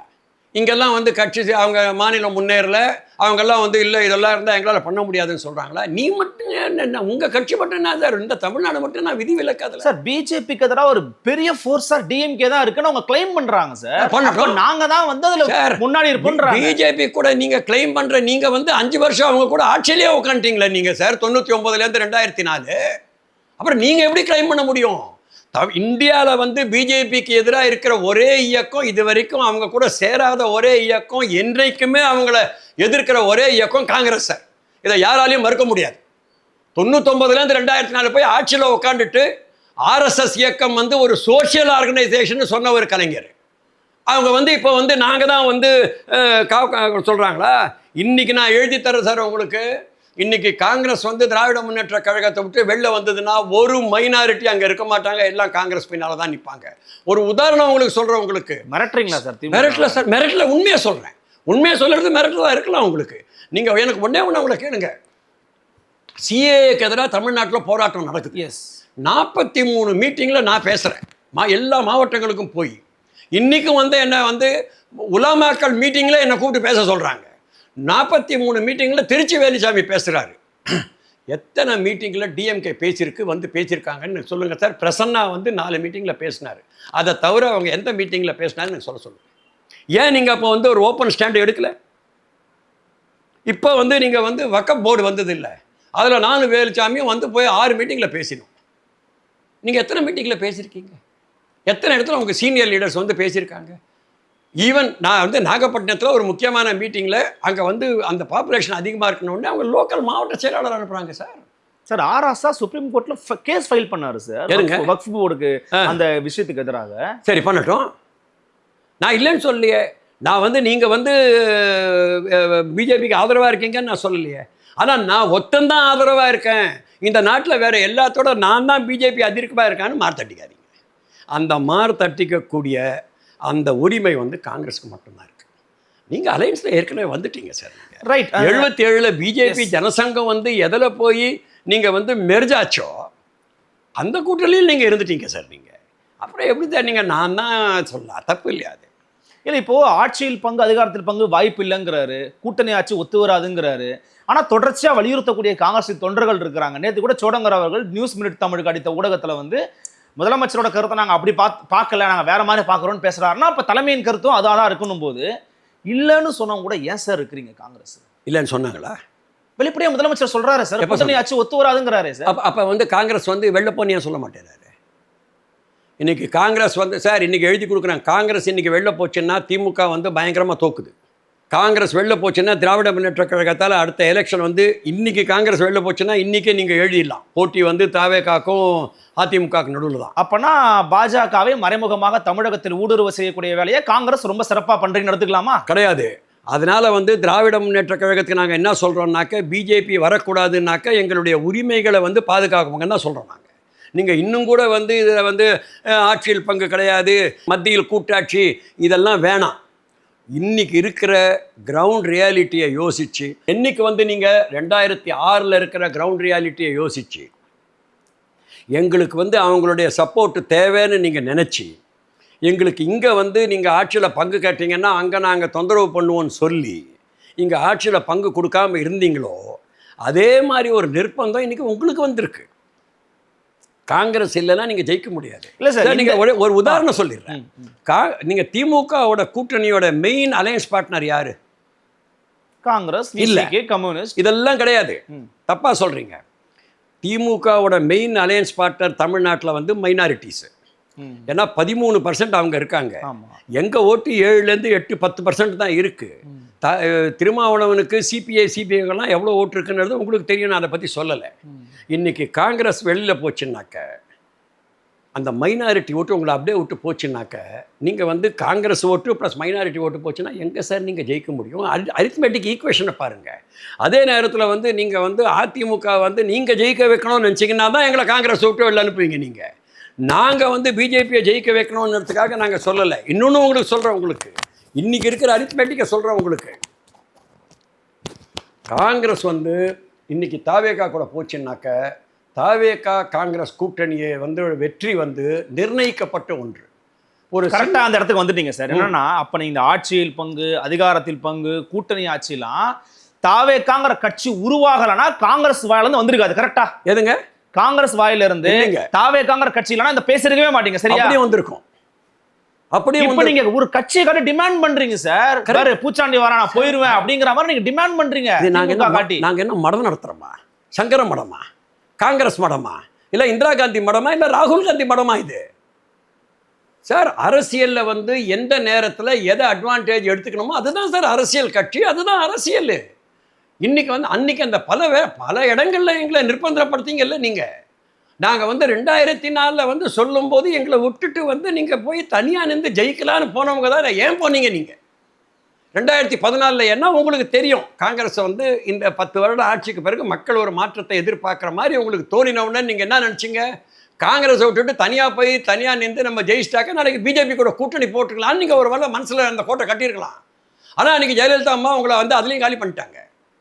ஸோ அரசியலில் வந்து அன்னன்னைக்கு அரசியல் தான் சார். அன்னன்னைக்கு கட்சிகள் தானே நிலைப்பாடு எடுக்கும். ஒன்று. ரெண்டாவது சார் இன்னொன்று சொல்கிறேன். இதில் வந்து எங்களுக்கு வந்து ஒரு 10 எம்எல்ஏ இவங்க கூட கூட்டணியை வந்து இவங்க நிர்பந்தமாக நாங்கள் கூட்டணி போய் ஜெயிச்சு அந்த 10 எம்எல்ஏ வச்சு ஒன்றும் ஆகலைன்றது எங்களுக்கு போன 5 வருஷத்தில் தெரிஞ்சு போச்சு. அதனால் வந்து தாவேக்கா வருது வரல. இந்த வாட்டி தொண்டர்கள் வந்து என்ன தெளிவான முடிவில் இருந்தாங்கன்னா தனியாக நின்றால் பரவாயில்ல, இந்த 10 சீட்டு அங்கே 10 சீட்டு தனியாக நமக்கு இருக்கிற மாவட்டங்களில் ஜெயிச்சா கூட பரவாயில்ல, ஆனால் நம்முடைய உரிமைகளை கேட்டு இவங்க கொடுத்தாங்கன்னா இவங்க கூட நிற்கணும், இல்லைன்னா வெளியில் போகணுன்ற கரெக்டான எண்ணத்தில் இருந்தாங்க. ஏன்னாக்க அதுவும் வந்து ஒரு அரசியல் சாதுரியம் தான். ஏன்னா தாவேக்காவை விட்டுடுங்க நீங்கள், அங்கே வந்து அந்த தாவேக்கா இல்லைனா கூட நீங்கள் முடிவு எடுத்திருப்பீங்கன்றீங்க சார். தாவேக்கா இல்லைன்னா கூட இந்த அழுத்தத்தை கொடுத்துருப்போன்ற நாங்கள் முடிவு எடுத்திருப்போம்னா நான் சொல்லலை, இந்த அழுத்தத்தை நாங்கள் கொடுத்துருப்போம். ஏன்னா தாவேக்கா இல்லைன்னா கூட நீங்கள் ஒரு மிகப்பெரிய கூட்டணி வந்து அதிமுக வந்து அங்கே அமைச்சுட்டு இருக்காங்க. இன்னும் அதுக்குள்ளே முரண்பாடுகள் இருக்குது. அந்த கூட்டணி ஒன்றும் சரியாக வந்துடுச்சுன்னு நான் சொல்ல மாட்டேன். இன்றைக்கி அந்த கூட்டணிலையும் முரண்பாடுகள் இருக்குது. எவ்வளோ சீட்டு யாருக்குன்னு அவங்களால முடிவு பண்ண முடியல. பியூஷ் கோயல் பண்ண பெரிய தப்பு என்னன்னாக்கா இந்த கூட்டணியை முடிவு பண்ணாமல் கொண்டு போய் எல்லார் கையும் தூக்கிட்டாரு. இன்றைக்கி அவன் என்ன சொல்கிறாரு, இவர் சொல்கிறார் 40 கொடு, அவர் சொல்கிறார் 40 கொடு, பிஜேபி எனக்கு 35னாக்கா என்ன எடப்பாடியார் வந்து 100 சீட்டில் நிற்பாரா? அங்கே முரண்பாடுகள் இருக்குது. ஆனால் டிவிக்கே இல்லைன்னா கூட அந்த முரண்பாடுகள் அவங்களுக்கு சரியாயிடுச்சுனாக்கா அதுவும் ஒரு பலமான கூட்டணி ஆகிடும். இங்கே வந்து உங்களுக்கு வந்து ஒரு 5 வருடங்களில் வந்து எல்லா கட்சிகளுக்குமே இது வந்து ஒரு இன்கம்பன்சி இருக்கு கிரவுண்ட்ல. இருக்கு. அதாவது 2016 வந்து ஜெயலலிதா அம்மா வந்து அதை மீறி ஜெயிச்சு வந்தாங்க. ஆனால் ஆன்டி எஸ்டாப்ளிஷ்மெண்ட் வந்து தமிழ்நாட்டில் 5 வருடம் தான் வந்துன்னு இருக்கு. அந்த பயமும் வந்து திராவிட முன்னேற்ற கழகத்துக்கு இருக்கும்னு எங்களுக்கு தெரியும். அதனால் தாவேக்கா இருந்தாலும் சரி இல்லாட்டாலும் சரி இந்த அழுத்தத்தை கண்டிப்பாக காங்கிரஸ் எங்களுடைய உரிமைகள் வந்து பறிக்கக்கூடாது அப்படின்னு கண்டிப்பாக. இதில் என்னன்னா நீங்கள் ஒரு வார்த்தை சொன்னீங்க, நாங்களும் காங்கிரஸும் தாவேக்காவும் சேர்ந்தா அந்த வெற்றி வந்து உறுதியாகும் அப்படின்றீங்க. நீங்கள் சொன்ன விசிகா அல்லது உங்களுடைய கட்சி காங்கிரஸ் கம்யூனிஸ்டுகள்லாம் ஒரு ப்ரூவன் ஓட் பேங்க் இருக்குது. இவ்வளோ போட்டிட்டாங்க. இன்னைக்கு பேசிக்கா ஒரு மாநில கட்சியை அங்கீகாரம் பெற்றிருக்கிறாங்க. 2 MP வச்சிருக்கிறாங்க, 4 எம்எல்ஏக்கள் வச்சிருக்கிறாங்க. இப்போ நாம் தமிழர் கட்சி 8% ஓட்டு வாங்கி ஒரு மாநில கட்சி அங்கீகாரம் பெற்றிருக்கிறாங்க. ஒரு கட்சிக்கு ஒரு ப்ரூவன் ஓட் பேங்க் இருக்கு. Where is the vote bank for Vijay? Then how you say காங்கிரஸும் விஜய் சங்கா தமிழ்நாடு ஆட்சி பிடிச்சிட்டோம்? எங்க இருந்து நீங்க எப்படி பேசுறீங்க? 2 விஷயம் நீங்க கேட்ட கேள்வியில கடைசி கேள்விக்கு முதல்ல சொல்லியிருந்தேன்.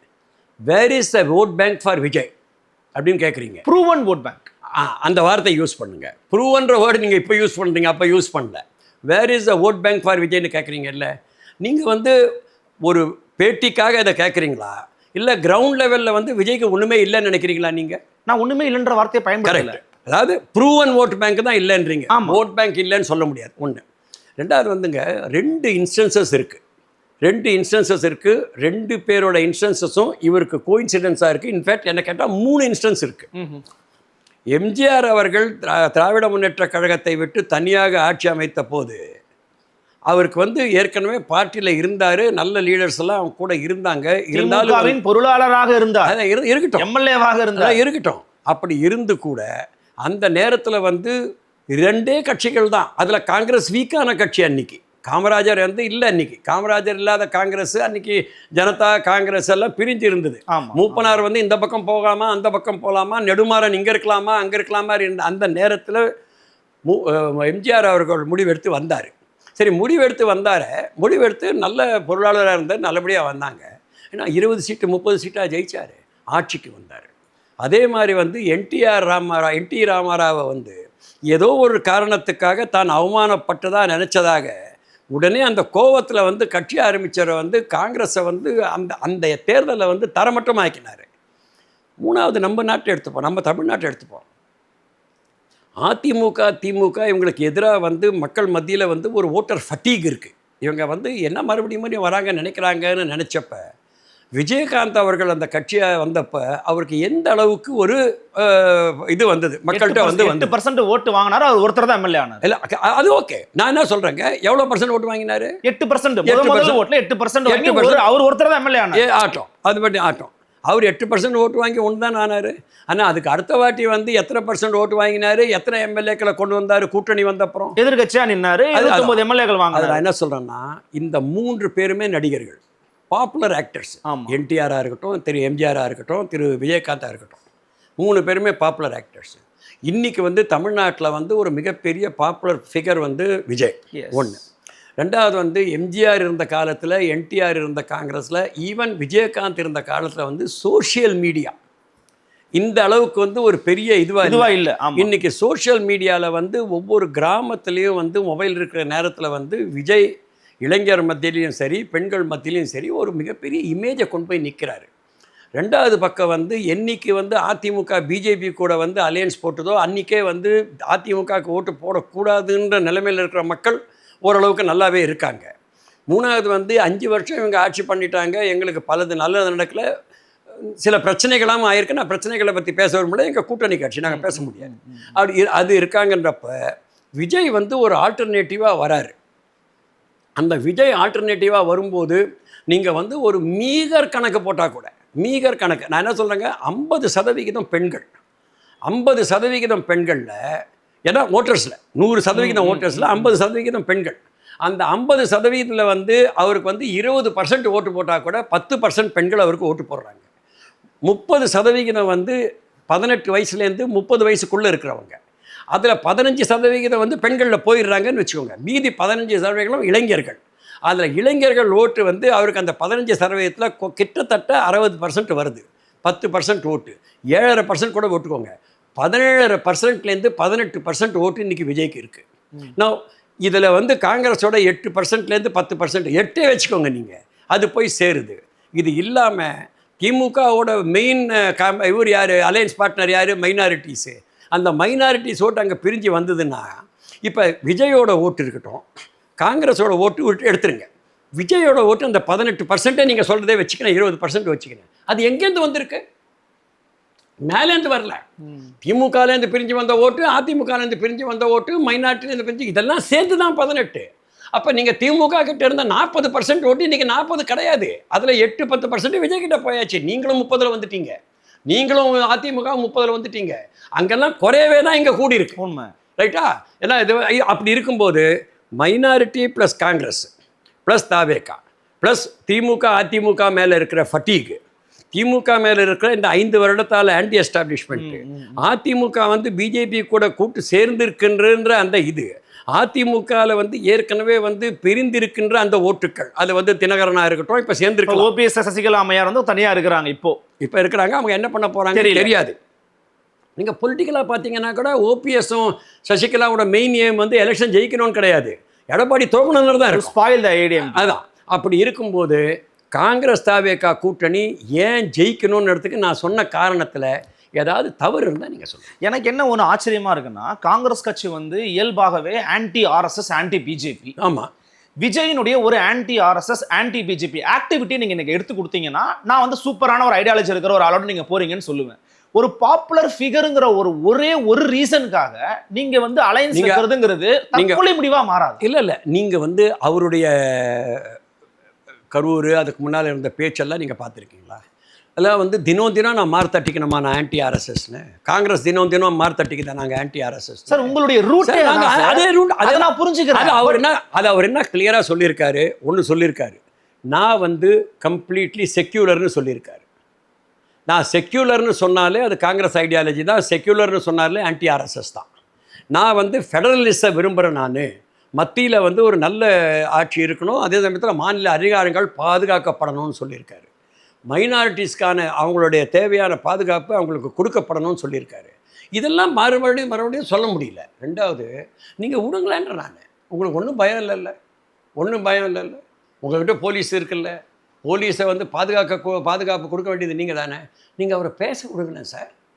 சேலத்தில் வந்து 2 லட்சம் பேர் வேண்டிய இடத்துல உங்களுக்கு வந்து 20,000க்கு நாங்கள் பர்மிஷன் கொடுப்போம், அதுவும் வந்து கார்டு கொடுப்போம், அதில் வந்து நீங்கள் ஸ்கேன் பண்ணி தான் உள்ளே அனுப்போம். ஏன் இந்த பயம் உங்களுக்கு? எங்கள் எடப்பாடிக்கிட்டே அந்த பயம் வரமாட்டேங்குது. அவர் ரேலி பண்ணுறாரு, நீங்கள் வந்து அங்கே வந்து நீங்கள் 20,000 பேர் மேலே கூட்டக்கூடாதுன்னு சொல்லுங்களேன்.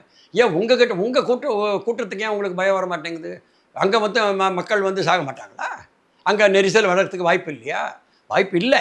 ஏன்னா நெரிசல் வந்து வந்தால் எப்போ வரும்னாக்கா, மக்கள் அலையா திரண்டு வந்தால் தான் நெரிசல் வரும். அவர் விஜய் தாமதமாக வந்தால் தான் நெரிசல் வரும். யாருங்க? விஜய் லேட்டாக வந்தால் தான் நெரிசல் வரும். நீங்கள் லேட்டாக நேரத்துக்கு வந்தாங்கன்னா நெரிசல் வராது. லேட்டாக வரதுக்கு நான் ஒன்று சொல்லட்டுங்களா? லேட்டாக வரதுக்கு ஒன்று சொல்லட்டுங்களா? ஒரு காலத்தில் வந்து எம்ஜிஆர் அவர்கள் வந்து காலையில் 4 மணிக்கெல்லாம் மீட்டிங் வந்திருக்காரு, கூட்டம் நின்றுருக்கு. ஆனால் ஒருத்தர் கூட உயிரிழக்கல. யாருங்க? ஒருத்தர் கூட உயிரிழக்கல. யாரும் வந்து தவறா எங்கேயும் வந்து சத்தம் போடல, கூப்பாடு போடல, எதுவுமே நடக்கல. ஆனா இங்க நடக்குது. இன்னும் சிபிஐ விசாரணை நடந்துட்டு இருக்கு.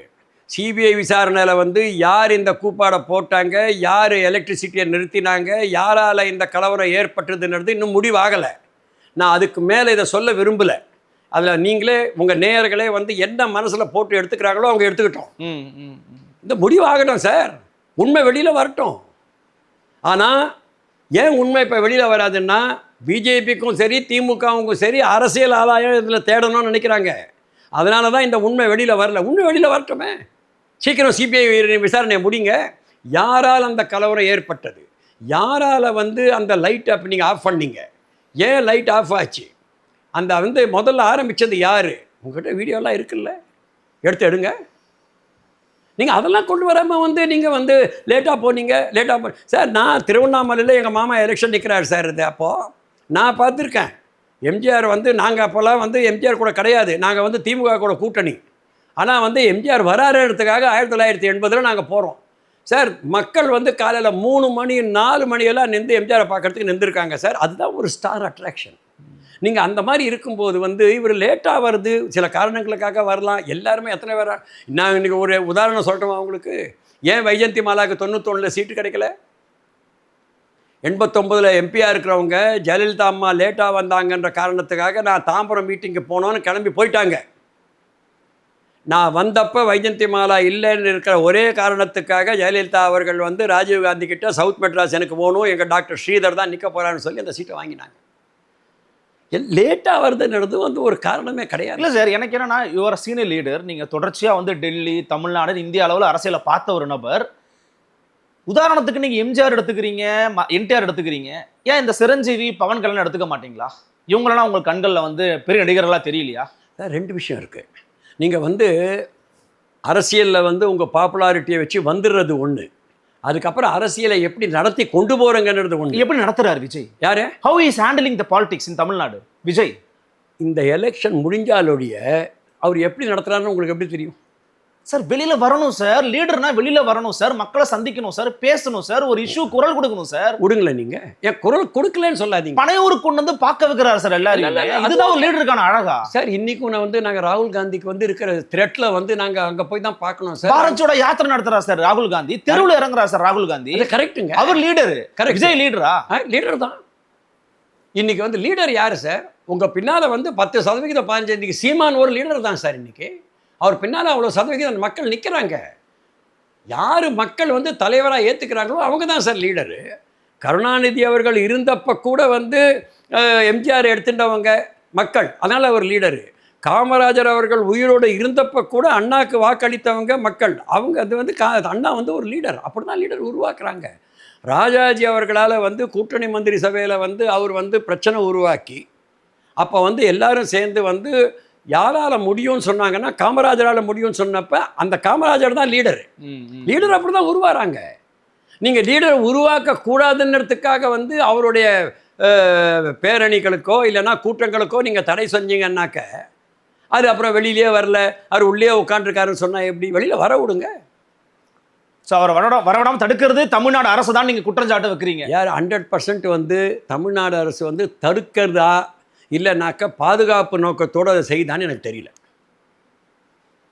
அது அவருடைய பாதுகாப்பு கூட செய்யலாம், மறுபடியும் இந்த மாதிரி ஏதாவது பிரச்சனை வரக்கூடாதுன்னு செய்யலாம். ஏன்னா ஒரு தடவை பாதுகாப்பு கொடுத்தா ஏன் பாதுகாப்பு வந்து கொடுத்து எங்களை நெருக்கடிக்குள்ளாக்குறீங்கிறாரு. இல்லை கொஞ்சம் லீனண்டாக விட்டா பார்த்தீங்களா கொடுக்கவே இல்லைங்கிறாரு. எல்லாத்தையுமே ஒரு சாதகமாக அவர் பயன்படுத்திக்கிறாரு. அது சரிங்க, அரசியலுங்க. அதை பயன்படுத்தி தான் படுத்திப்பாரு. நீங்கள் என்ன கூட இருந்தால் அப்படி தான் பண்ணுப்பேன், இப்படின்னா அப்படின்னா அப்படின்னா இப்படி தான் நானும் பேசுவேன் சார். இது அரசியல். இது அரசியலில் எனக்கு இந்த எலெக்ஷனில் என்ன சாதகமோ அதான் நான் பண்ணுவேன் சார். இந்த அரசியலில் திமுக வந்து நாங்கள் நீங்கள் அதை சொன்ன அதே கேள்விக்கு நான் மறுபடியும் வரேன். சரி, நீங்கள் இவ்வளோ சொல்லிட்டீங்களே, என்னை வந்து மாணிக்க தாகூர் எதிர்த்து பேசியிருக்காரு. ஏன்னா இந்த நாங்கள் 8 பேரை பற்றி கூட திமுகவில் பேசியிருக்காங்க. ஏன் இவங்க வந்து இந்த மாதிரி வந்து அறிக்கை விட்டுருக்காங்க. நாங்கள் ஓப்பனாக அறிக்கையே விடலை, நாங்கள் தாவேக்கா கூட போய் சேரணுன்ற அறிக்கையை விடலை, அதை பேசியிருக்காங்க. ஏன் இப்போ சக்கரவர்த்தி இப்படி பேசியிருக்காருன்னு சொல்கிறாங்க. இவங்கெல்லாம் பேசிட்டாங்க.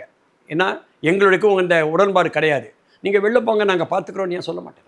நீங்கள் விலகி வாங்க சார். ஏன் நான் வெளில வரணும்? எதுக்குங்க நான் வெளில வரணும்? நீங்கள் ஆட்சியில் இருக்கீங்க, நீங்கள் பெரிய கட்சின்னு சொல்லிக்கிறீங்க, வெளில அனுப்புங்க. நான் இன்றைக்கி அனௌன்ஸ் பண்ண சொல்லுங்களேன், வேணான்னு சொல்லுங்கள். ஏன் பயப்படுறீங்க? பயப்படுறாங்க 100%. காங்கிரஸ் வெளில போனாக்க நமக்கு வந்து அடுத்த அதிகாரம் ஆட்சி கிடையாதுன்ற பயம் இன்றைக்கி திராவிட முன்னேற்ற கழகத்துக்கு இருக்குன்றதை நான் இன்றைக்கி உறுதிப்படுத்தி சொல்கிறேன் சார். நான் சொன்ன கணக்கிலேருந்தே உங்களுக்கு புரிஞ்சிருக்கும். நான் வந்து ஏதோ மற்றவங்க பேசுகிற மாதிரி வந்து மேலோட்டமாக நான் இல்லைன்னா நீ இல்லைன்னு சொல்லலை, நான் உங்களுக்கு கணக்கோட சொல்லிடுறேன். பட் டிஎம்கே உங்களுக்கு கொடுக்குறது எம்எல்ஏ சீட்டு, எம்பி போஸ்ட்டு. ஆனால் தாவக கேட்டால் உங்களுக்கு எம்எல்ஏ போஸ்ட், எம்பி போஸ்ட் கிடைக்கும்னு நினைக்கிறீங்களா? நம்புறீங்களா நீங்கள்? எதுங்க திமுக நீங்க வாங்குறது சார் வெறும் சீட்டு மட்டும் இல்ல சார், அது வந்து டைரக்டாவே நீங்க ஜெயிக்கிறீங்க. நீங்க வெற்றி பெற்ற வேட்பாளரோ அப்பவே நீங்க நினைக்கிறீங்க, மாறுறீங்க. ஆனா தாவே கேட்கட்டா அது இருக்கும், நீங்க எப்படி நம்புறீங்கன்னு நான் கேட்கறேன் சார். இன்னைக்கு 2 விஷயம் சொல்றேன் உங்களுக்கு. இன்னைக்கு வந்து நாங்க வந்து திமுக கிட்ட இருந்து சீட்டு கிடைச்சாக்க நாங்க ஜெயிக்கிறோன்ற நம்பிக்கை வந்து எங்களுக்கு அவ்வளவா இல்லை. ஜெயிப்போன்ற நம்பிக்கை இருக்க ஒழிய முதல்ல சொல்ல முடியல. ஏன்னா 5 வருட ஆட்சியில வந்து ஒரு மக்களுக்கு வந்து ஒரு மாற்றத்தை கொடுக்கணுன்ற ஒரு இது இருக்கு. நீங்கள் வந்து 2001 இவ்வளோ சீட்டு கொடுத்தோம், 2016 இவ்வளோ சீட்டு கொடுத்தோம், நீங்கள் ஜெயிக்கலை. ஏங்க 2001 இவ்வளோ கொடுத்தீங்க, 2016 இவ்வளோ கொடுத்தீங்க, நாங்கள் ஜெயிக்கலை, நீங்கள் ஜெயிச்சிங்களா? ஏன் நீங்கள் ஜெயிக்கலை? ஏன்னா மக்கள் வந்து நீங்கள் வேணான்னு முடிவு பண்ணாங்க. அதே 2021 மக்கள் நீங்கள் வரணும்னு முடிவு பண்ணாங்க. சார் மக்கள்கிட்ட இருக்குது ஜெயிக்கிறது தோக்கிறதெல்லாம், நான் வாங்குகிற சீட்டில் கிடையாது. ஒரு பக்கம் கூட்டணி கணக்கு, ஒரு பக்கம் மக்கள் என்ன. நான் கூட்டணி கணக்கை வந்து 40% ஓட்டு கொண்டு போயிட்டு கூட தமாக வந்து கருணாநிதியும் சேர்ந்தப்போ நான் தமாகாவில் தான் நான் தான் இருந்தேன். நான் தான் one of the founders of Tamaka. நான் இருந்தப்போ மக்கள் வந்து சாரசாரையாக வந்து ஜெயலலிதாவுக்கு எதிராக ஓட்டு போட்டாங்க. மக்கள் முடிவு பண்ணிட்டாங்கன்னா சார், நீங்கள் வந்து பணமோ கூட்டணி கணக்கோ இதெல்லாம் எதுவுமே எடுபடாது. வந்து போடணும்னு முடிவு பண்ணாங்க, போட்டு போயிடுவாங்க. 2004 வந்து ஏதோ ஒரு 14 ஏதோ ஒரு காரணத்துக்காக காங்கிரஸ் மேலே, அந்த காங்கிரஸ் கூட்டணி மேலே மக்களுக்கு காங்கிரஸ் மொத்தமாக மற்ற லோக்கல் எல்லாம் மேலேயும் ஒரு வெறுப்பு இருந்தது. என்ன பண்ணாங்க? மோதின்ற ஒரு பிம்பத்தை வச்சுட்டு ஒட்டுமொத்தமாக கொண்டு போய் ஓட்டு போட்டாங்களா இல்லையா? காங்கிரஸுக்கு வந்து ஆல் இண்டியா அளவில் வந்து எங்களை வந்து 50க்கும் கம்மியாக கொண்டு நிறுத்தினாங்களா இல்லையா? சார் மக்கள் இன்றைக்கி முடிவு பண்ணாங்கன்னா விஜய் நாளைக்கு சீஃப் மினிஸ்டர். மக்கள் இன்றைக்கி முடிவு பண்ணாங்கன்னா விஜய்க்கு 10 சீட்டு கூட கிடையாது. இது மக்கள்கிட்ட இருக்குது. 1. 2வது வந்து நீங்கள் வந்து ஒவ்வொரு பார்ட்டியும் ஒவ்வொரு அரசியல் கட்சியும் வந்து கிரவுண்ட் லெவல் என்னன்றதை சர்வே பண்ணிக்கிட்டே தான் இருப்பாங்க. நீங்கள் இந்த யூடியூப்பில் வர சர்வேயெல்லாம் நான் எடுத்துக்கல. இல்லை, அதை நான் புரிஞ்சுக்கிறேன். நான் வந்து எனக்கு 40 போட்டுப்பேன், இன்னொருத்தர் அவனுக்கு 40 போட்டுப்பாங்க, அதெல்லாம் இல்லை. இந்த சர்வேவையும் நாங்கள் பண்ணியிருக்கோம், காங்கிரஸ் செஞ்சுன்னு தான் இருக்குது. இதில் வந்து எங்களுக்கு என்ன நல்லா தெரியுதுன்னாக்க, இது ஒரு மும்முனை போட்டியில் போய் நிற்கும்போது சிறிய கட்சிகளான, நான் சொல்கிறது வந்து எங்களை பெருசாகவே நான் சொல்லிக்கல. நீங்கள் 20%, அதிமுக 25%, திமுக 25%, நீங்களாம் பெரிய கட்சிகள். நல்ல பிஜேபி கூட பெரிய கட்சி, நான் அதை எடுத்துக்கல. சிறிய கட்சிகளான காங்கிரஸ், சிறிய கட்சியான பாமக, சிறிய கட்சியான சீமான், சிறிய கட்சியான சிபிஐ சிபிஎம், இப்போ நாங்கள் ஒத்துத்தரும் விசிகே, இவங்கள்லாம் வந்து ஏன் ஜான் பாண்டியன் அவர்கள் எல்லாருமே வந்து இந்த தேர்தலில் ஒரு முக்கிய பங்கை வகிக்க போகிறாங்க. ஏன்னா மும்முனை போட்டியில், அதுவும் மும்முனை போட்டியில் வந்து சிம்பிள் கால்குலேஷன் கூட வந்து 3 பேருமே வந்து 5, 4, 3 இந்த டிஃப்ரென்ஸில் இருக்கும்போது இந்த சிறிய கட்சிகள் தான் சார் முக்கியமான பங்கை வகிக்கும். அந்த பேசிஸில் தான் எடப்பாடி என்ன பண்ணியிருக்காரு, இது வந்து நமக்கு வந்து ஒன்றும் இல்லை, டெல்டா ரீஜனில் தன்னை பாதிக்கும், அதனால் வந்து தன்னை இதுவரைக்கும் எதிர்த்த தினகரன் கூட அட்ஜஸ்ட் பண்ணுறதுக்கு ரெடியாக இருக்கார். உண்மை. அதே மாதிரி தான் சார் திமுக வந்து இன்றைக்கி வந்து இருக்கிற சூழ்நிலையில் எங்களை அட்ஜஸ்ட் பண்ணி தான் சார் ஆகணும். இல்லை, ஆனால் உங்கள் கட்சியில் இருக்கக்கூடிய மூத்தவர் மணிசங்கரை அவர்கள் சொல்கிறாங்க, ஒட்டுமொத்த இந்தியா கூட்டணிக்கே கூட தமிழகத்தினுடைய திமுக தலைவர் திரு மு க ஸ்டாலினை தலைவராக மாற்றலாம். உங்கள் கட்சியினுடைய கா சிதம்பரம் சொல்றாரு, ஒரு சுழற்சி முறையில் தலைவர்களை போடணுங்க, சரிதாங்கிறாங்க. சிவசேனாவோட பத்திரிகையில் வந்து தலையங்கத்தில் எழுதுறாங்க, மு க ஸ்டாலினை வந்து தலைவராக மாற்றணும் அப்படின்னு எழுதுறாங்க. அப்படி ஒரு இந்தியா லெவலில் ராகுல் காந்தி அவர்களுக்கு ஒரு பிரதராக வந்து இருக்கக்கூடிய மு க ஸ்டாலினை ஒரே ஒரு ஆட்சி காலத்தில் பங்குங்கிற ஒரு கோரிக்கைக்காக 2026 தேர்தலுக்காக உதறி தள்ளுவது, உதாசீனப்படுத்துவது என்பது ஒரு மிகப்பெரிய தவறான முடிவாக மாறாதா? நீங்கள் நான் சொல்கிறேங்க, உத்தவ் தாக்கரே வந்து சொல்கிறாரு. உத்தவ் தாக்கரே என்ன சொல்லியிருக்காரு, இந்தியா பிளாக்குக்கு எம்.கே. ஸ்டாலினை தலைவராக போடலான்றாரு. எம்.கே. ஸ்டாலினோ அல்லது மம்தா பானர்ஜியோ இவர்கள் யாரானா ஒருவரை தலைவராக்கலான்னு சொல்கிறாரு. எம்.கே. ஸ்டாலினை மட்டும் சொல்ல, இந்த ஸ்டேட்மெண்ட்டை கரெக்டாக படிங்க. சரி, ஒன்று. ரெண்டாவது வந்து கார்த்திக் என்ன சொல்கிறாரு, சுழற்சி முறையில் கொண்டு வரலான்னு சொல்கிறாரு. இதெல்லாம் மணிசங்கர் ஐயர் வந்து இவரே ஆக்கணும்னே சொல்கிறாரு. ஆமாம், இதுங்க வந்து தாக்கரேவோட ஸ்டேட்மெண்ட்டு வேறு. ஏன்னா அந்த இந்தியா பிளாக்கோட கூட்டணி கட்சிகளில் ஒரு தலைவர், அவர் ஒரு கட்சியினோட தலைவர். ஆமாம் ஆமாம் ஆமாம். ஆனால் கார்த்திக் சிதம்பரமோ அல்லது வந்து மணிசங்கர் ஐயர் வந்து இன்றைக்கி அவர் காங்கிரஸில் இருக்காரா காங்கிரஸில் இல்லையான்னு அவருக்கே தெரியாது. அவர் காங்கிரஸில் இதான் இன்னைக்கு உண்மையை சொல்கிறாங்க. ஓகே, இன்றைக்கி உண்மையை சொல்கிறேன், காங்கிரஸில் அவர் இருக்காரா இல்லையான்னு அவருக்கே தெரியாது. அவர் இந்த கட்சிக்கு வந்து அவர் எலெக்ஷன் வந்தால் மயிலாடுதுறை வருவார், தோற்ற உடனே ஊருக்கு போயிடுவார். அதுக்கப்புறம் டெல்லியில் உட்காந்து கண்ணாமுன்னான்னு ஸ்டேட்மெண்ட் கொடுக்க வேண்டியது. ஒரு நல்ல அரசியல்வாதி கொடுக்க வேண்டிய ஸ்டேட்மெண்ட் வந்து அவர் டிவி தவன்லாம் சீஃப் பிரைம் மினிஸ்டர் ஆக முடியான்னு ஒரு நல்ல அரசியல்வாதி, தேர்ந்த அரசியல்வாதி, ராஜீவ்காந்தி கூட இந்த அரசியல்வாதி மாதிரி ஒரு முட்டாள் கொடுப்பாரா சார்? நீங்கள் அடுத்த கட்சியை மதிக்க வேணாம், யார் ஒன்றா இருக்கட்டும். மோதியை நம்மளை பிடிக்காமல் இருக்கலாம், கோத்ரா இஷ்யூவில் வந்து எங்களுக்கு வந்து கடுமையான எதிர்ப்பு அவருக்கு, கொள்கிறதே எதிர்ப்பு. ஆனால் இன்னைக்கு வந்து எங்கள் கட்சியில் யாருமே சீனியர் லீடர்ஸ் யாருமே 2004லையும் சரி, 2009லையும் சரி, 2014லையும் சரி அத்வானியை பற்றியோ இல்லை மோதியை பற்றியோ இல்லைனாக்கா வாஜ்பாய் அவர்களை பற்றியோ ஈவன் ஜெட்லியை பற்றியோ அவங்களுடைய தலைவர்களை பற்றியோ யாருமே வந்து ஒரு மரியாதை குறைவான வார்த்தைகளில் யாருமே பேசுறது கிடையாது. நீ வந்து என்ன திமிரில் வந்து நீ பேசினா வந்து ஒரு டீ கடைக்கார ஆக முடியுமாட்டு ஆயிட்டார்ல அவரு. நீ தானே அதுக்கு அச்சாரம் போட்டதே அன்னைக்கு. அப்போ நான் உன்னை சொல்லலாமா, நீ வந்து ஆர்எஸ்எஸோட கைகூலின்னு சொல்லலாமா? நீ ஏதாவது பேசிட்டு போயிட வேண்டியதாக்க நீ வந்து தலைவரா? நீங்கள் எத்தனை கேம்பெயினுக்கு வந்திருக்கீங்க? 2014 கேம்பெயினுக்கு வந்தீங்களா? உங்களை தவிர நீங்கள் ஒரு நேஷ்னல் லீடர் ஆச்சே, மந்திரியாக இருந்திருக்கீங்களே? இல்லை 2016 வந்து வந்தீங்களா? 2021 வந்தீங்களா கேம்பெயினுக்கு? 2024 தான் நீங்கள் கேம்பெயினுக்கு வந்தீங்களா? சுதா அங்கே சீட்டு கொடுத்த அப்புறம் நீங்கள் வந்து திருச்சி வந்து தஞ்சாவூர் வந்துட்டு சீட்டு இல்லைன்னா ஒன்று அப்படியே திருச்சியில் வந்து விமானத்தில் ஏறி போனவர் தானே நீங்கள். உங்களுக்கு பேசுகிறதுக்கு என்ன சார் அதிகாரம் இருக்குது? உங்களுக்கு என்ன அருகதை இருக்குது பேசுறது? பட் கருத்து பார்க்கலாம் சார். அந்த ஒப்பீனியனை பற்றி நீங்கள் உங்களுடைய எவாலுவேஷன் எல்லாரும் எம்.கே. ஸ்டாலினை இந்தியா பிளாக்குக்கு லீடராக மாற்றலாம்னு சொல்லக்கூடிய கருத்து மீது உங்களுக்கு பார்வை என்ன? அந்த கருத்து மீது உங்களுக்கு பார்வை என்னன்னு நான் கேட்குறேன். சரி, அந்த கருத்து மேலே பார்வை வந்து யார் ஒன்றா இந்தியா பிளாக்கு தலைவராக ஆகலாம், நான் இல்லைன்னு சொல்லுவேன். ஆனால் இன்றைக்கி ஸ்டாலின் அவர்களுக்கு வந்து அந்த தகுதி கண்டிப்பாக இருக்குது. ஏன்னா ஒரு பெரிய கட்சியில் இருக்கார், ஒரு முக்கியமான அங்கம் வகிக்கிற கட்சி, அது எல்லாமே இருக்குது. நீங்கள் தகுதி அப்படின்றது ஒன்று, அதை மேனேஜ் பண்ணக்கூடிய கெப்பாசிட்டின்றது ஒன்று. இன்றைக்கி வந்து இந்த கட்சிகள் எல்லாமே வடநாட்டு கட்சிகள். நீங்கள் வந்து அதில் வந்து இங்கிலீஷ் கூட அவருக்கு தெரியலாம், பட் ஹிந்தி அவருக்கு கண்டிப்பாக தெரியாது. அவங்க கூட வந்து எப்படி உட்காந்து மேனேஜ் பண்ணி இஷ்யூஸ் எல்லாம் எப்படி கொண்டு போகணுன்றது வந்து ஒன்று இருக்குது. ரெண்டாவது வந்து இன்றைக்கி அவர் தமிழக அரசியலில் ஒரு முக்கியமான தலைவர், ஆட்சியில் இருக்கார். இப்போ வரக்கூடிய தேர்தலையும் ஒரு ஆட்சிக்கு வரலாம். ஸோ நேரமின்மை மற்ற சில காரணங்களால் இந்தியா பிளாக்கு அவருக்கு தகுதி இல்லைன்னு நான் சொல்லவே மாட்டேன் சார், கண்டிப்பாக தகுதி இருக்குது. அதே மாதிரியே கார்த்தி அவர்கள் சொன்னதுலேயும் வந்து அதில் ஒரு இது இருக்கலாம். ஏன்னா வந்து எல்லாருமே வந்து அந்தந்த மாநிலங்களில் பெரிய கட்சிகள். காங்கிரஸ் வந்து அகில இந்திய அளவில் ஒரு பெரிய கட்சி. நீங்கள் அந்த மாதிரி இருக்கும்போது ஒவ்வொரு மாநிலத்தில் இருக்க தலைவர்களுக்கு வந்து நானும் ஒரு பெரிய அங்கம் வசிக்கிறதா. இப்போ வந்து திரிணாமுல் காங்கிரஸுக்கு கிட்டத்தட்ட வந்து 28 எம்பிஸ் இருக்காங்க. இவர் வந்து கிட்டத்தட்ட அவருடைய கூட்டணி கட்சிகள் நாங்கள் எல்லாமே 30 பாண்டிச்சேரியும் சேர்த்து 30 எம்பிஸ் அவங்களுக்கு இருக்காங்க. தாக்கரே வந்து அவர் தனியாக வச்சுருக்காரு. பவார் வந்து ஒரு மிகப்பெரிய லீடர், ஏன்னா இந்திரா காந்தி அம்மா காலத்துலேருந்தே இருந்தவர்.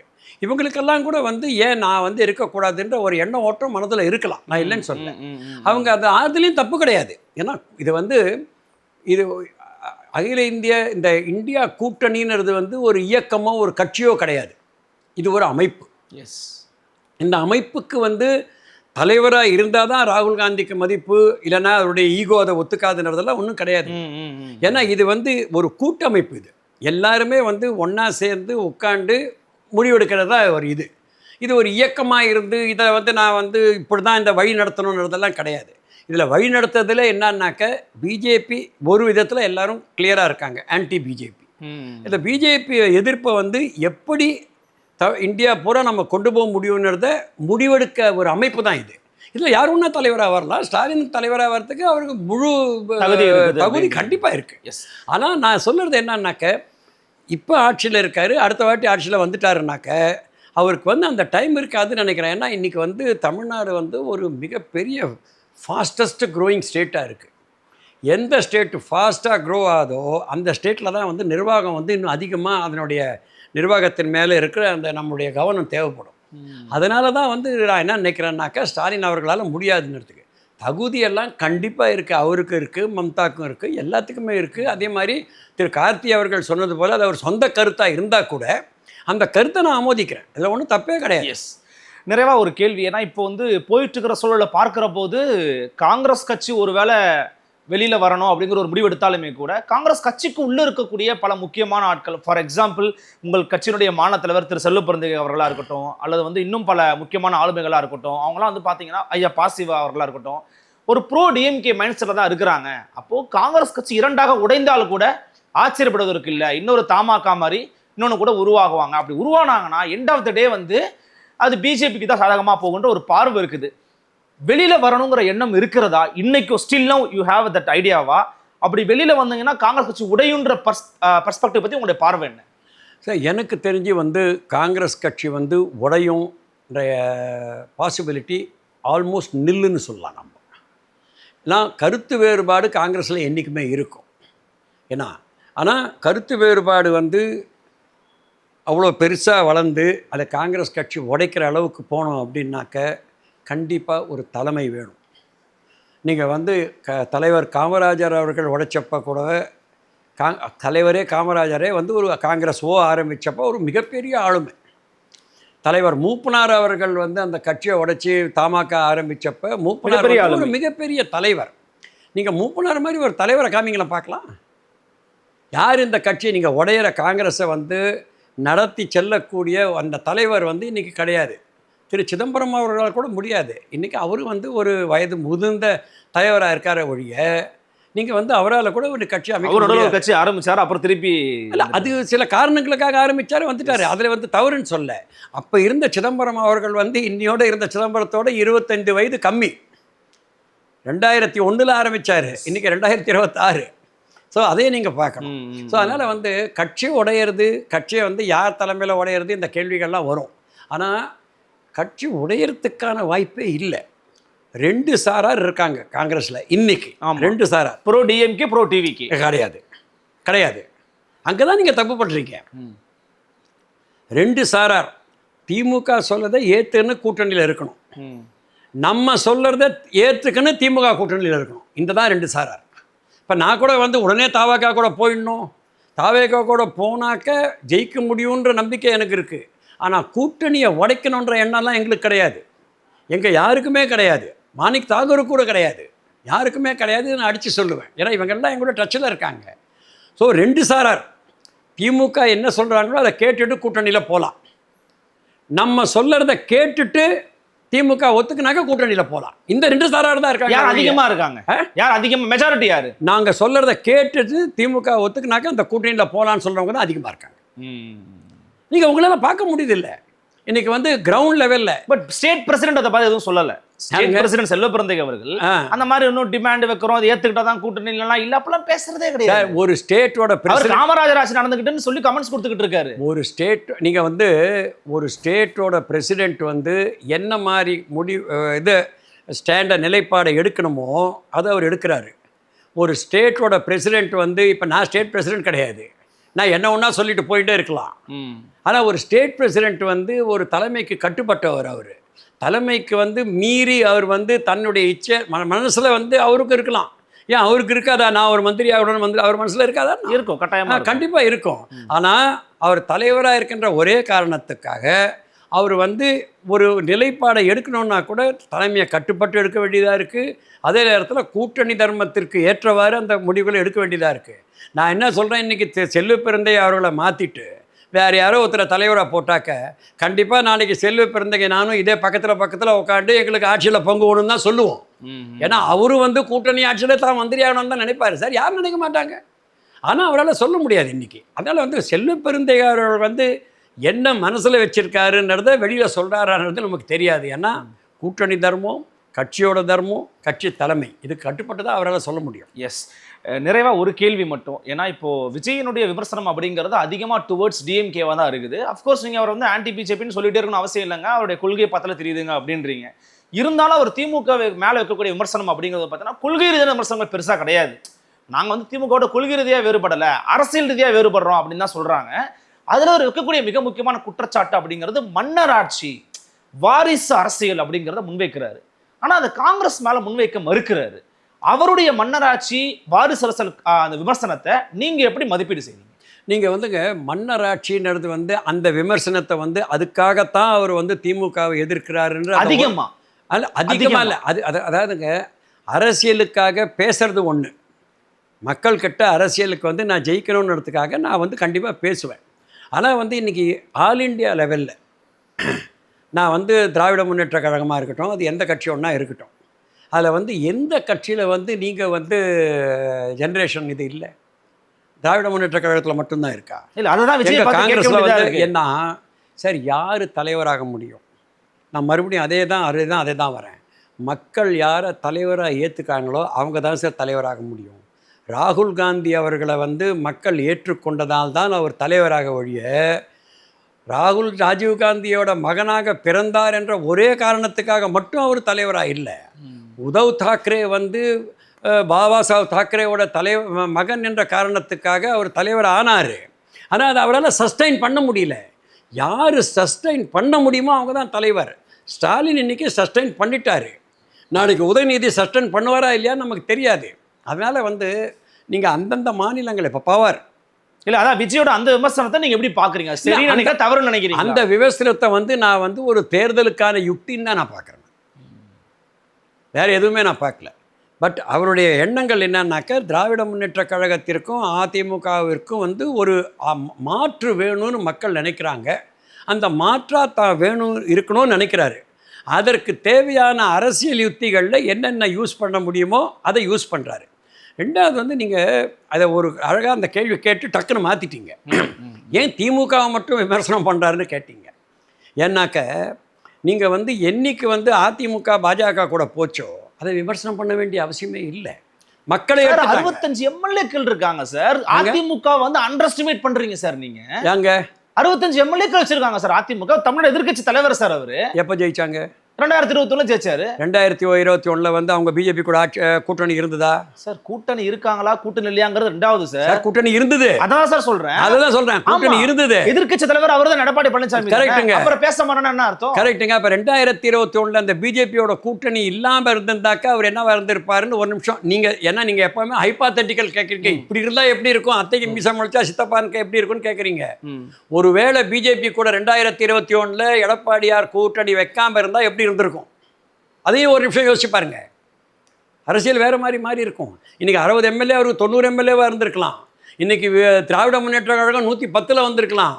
நாங்கள் எங்களுடைய 18 எம்எல்ஏ வச்சுட்டு ஆட்சியில் உட்காந்துருக்கலாம். என்ன ஒன்றா நடந்திருக்கலாம் சார். அதனால் நீங்கள் 2021 இருந்த 61 எம்எல்ஏஸ் வந்து ஒரு கணக்கு கிடையாது. மக்களுடைய மனதில் ஓட்டம் என்ன இருக்குது? நீங்கள் வந்து 2021 திராவிட முன்னேற்றக் கழகத்திற்கும் அதிமுகவோட கூட்டணிக்கும் தான் போட்டி. அன்றைக்கி விஜய்ன்ற ஒரு ஃபேக்டர் கிடையாது. இன்றைக்கி வந்து விஜய்ன்ற ஒரு ஃபேக்டர் வந்து ஒரு மிகப்பெரிய ஒரு மலையாக வந்து நிற்குது. இப்போவும் வந்து நீங்கள் அதே 61 வந்து நான் எம்எல்ஏவாக இருக்கேன் என்கிட்ட 61 எதிர்க்கட்சி அப்படின்னு நினச்சி நீங்கள் 61 சீட்டில் வாங்க முடியாது. இன்றைக்கி வந்து ஓட்டு வந்து 3ஆக பிரியுது. அந்த மாதிரி பிரியும் போது நீங்கள் பிஜேபி என்ற கட்சியை அவங்களோட வச்சுக்கின்னு, அதுவும் கடந்த 5 வருடங்களாக வந்து பல விஷயத்தில் வந்து நான் அந்த இஷ்யூ இல்லை இன்றைக்கி அதில் போல. ஆனால் மக்கள் வந்து பிஜேபி மேலே பல வருத்தங்களில் இருக்காங்க. விஜய்ன்ற ஒரு ஃபேக்டர் வந்திருக்கு. இதையெல்லாம் மனசில் வச்சு நீங்கள் பார்க்கும்போது 61 எம்எல்ஏன்றது வந்து 2021 கணக்கு. ஸோ அதனால தான் அவர் அதிமுகவை கண்டுக்கிறது இல்லைங்கிறீங்க, திமுக மட்டும் டார்கெட் பண்ணுறாருன்ற. ஏன்னா அவர் என்ன நினைக்கிறாருன்னா, என்னுடைய நேர் எதிரி வந்து திமுக. அதாவது சில நேரங்களில் அரசியலில் நாங்கள் என்ன பண்ணுவோம்னா, இவர் வந்து பேசுகிறாரு, என்னை பற்றி இவர் பேசுகிறாரு, நீங்களே இவரே உங்கள் கேமரா வேறு என்னை பற்றி திட்டாரு. உடனே நான் என்ன பண்ணுவேன், என்ன திட்டினான்னு நான் அவரை திட்டுவேன், அவர் என்ன திட்டுவார். அதில் என்ன ஆகும்னா அவர் தான் பெரிய மனுஷன் ஆவார். நான் எதுக்கு அதிமுக பெரிய மனுஷன் ஆக்கணும், நான் திட்டவே இல்லை. ஏன்னா நீ ஒரு பொருட்டே இல்லை.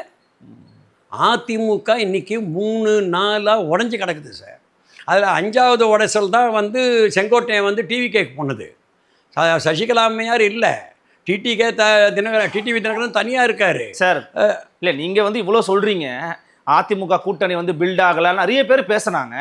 ஆனால் அதிமுக கூட்டணி இன்னைக்கு வந்து அன்புமணி போய் சேர்ந்துருக்கிறாரு, டிடிவி போய் சேர்ந்துருக்கிறாரு, பாஜக உள்ளே போயிருக்குது. இப்போ தேமுதிக ஒரு பேச்சாளர் இருந்துகிட்டு இருக்காங்க. நான் ஆட்சியில் பங்கு தரேன், அதிகாரத்தில் பங்கு தரேன்னு கடை விரித்தேன் கொள்வார்கள்னு இருக்கிற விஜயை பார்த்தவங்க நீங்கள் இந்த வார்த்தையும் பேச மாட்டேங்கிறீங்க. ஒரு கட்சி போச்சா விஜய் கிட்ட? தனி நபர்கள் போய் சேர்ந்துகிட்டு இருக்காங்க. நீங்க வந்து கட்சியினுடைய தனி நபர்கள் உதிரிகள் போய் சேர்றாங்க சார். சரி, ஒரு கட்சி சேர்ந்துச்சா சார்? சரி, ஜான் பாண்டியன் கட்சி போச்சா? சரி, யாராவது ஒருத்தர் போனாங்களா? நீங்க ஜான் பாண்டியன் அவரை குறை சொல்றீங்க. ஜான் பாண்டியன் ஒரு நல்ல கட்சி நடத்துறவர். அவர் கூட போகல, அவர் கூட எஸ்டிமேட் பண்றாரு. ஏன்னா ஒரு கவர்ச்சிக்கான ஒரு அரசியல் தான், அது பின்னாடிலாம் போக முடியாதுங்கிறத நான் சொல்றேன். அதாவது வந்து ஒவ்வொரு கட்சியோட தலைவரும் ஒரு அரசியல் நோக்கத்தோட ஒரு தேர்தலை பார்க்கும்போது அவங்கவுங்க இண்டிபெண்ட்டாக ஒரு முடிவு எடுக்கிறாங்க.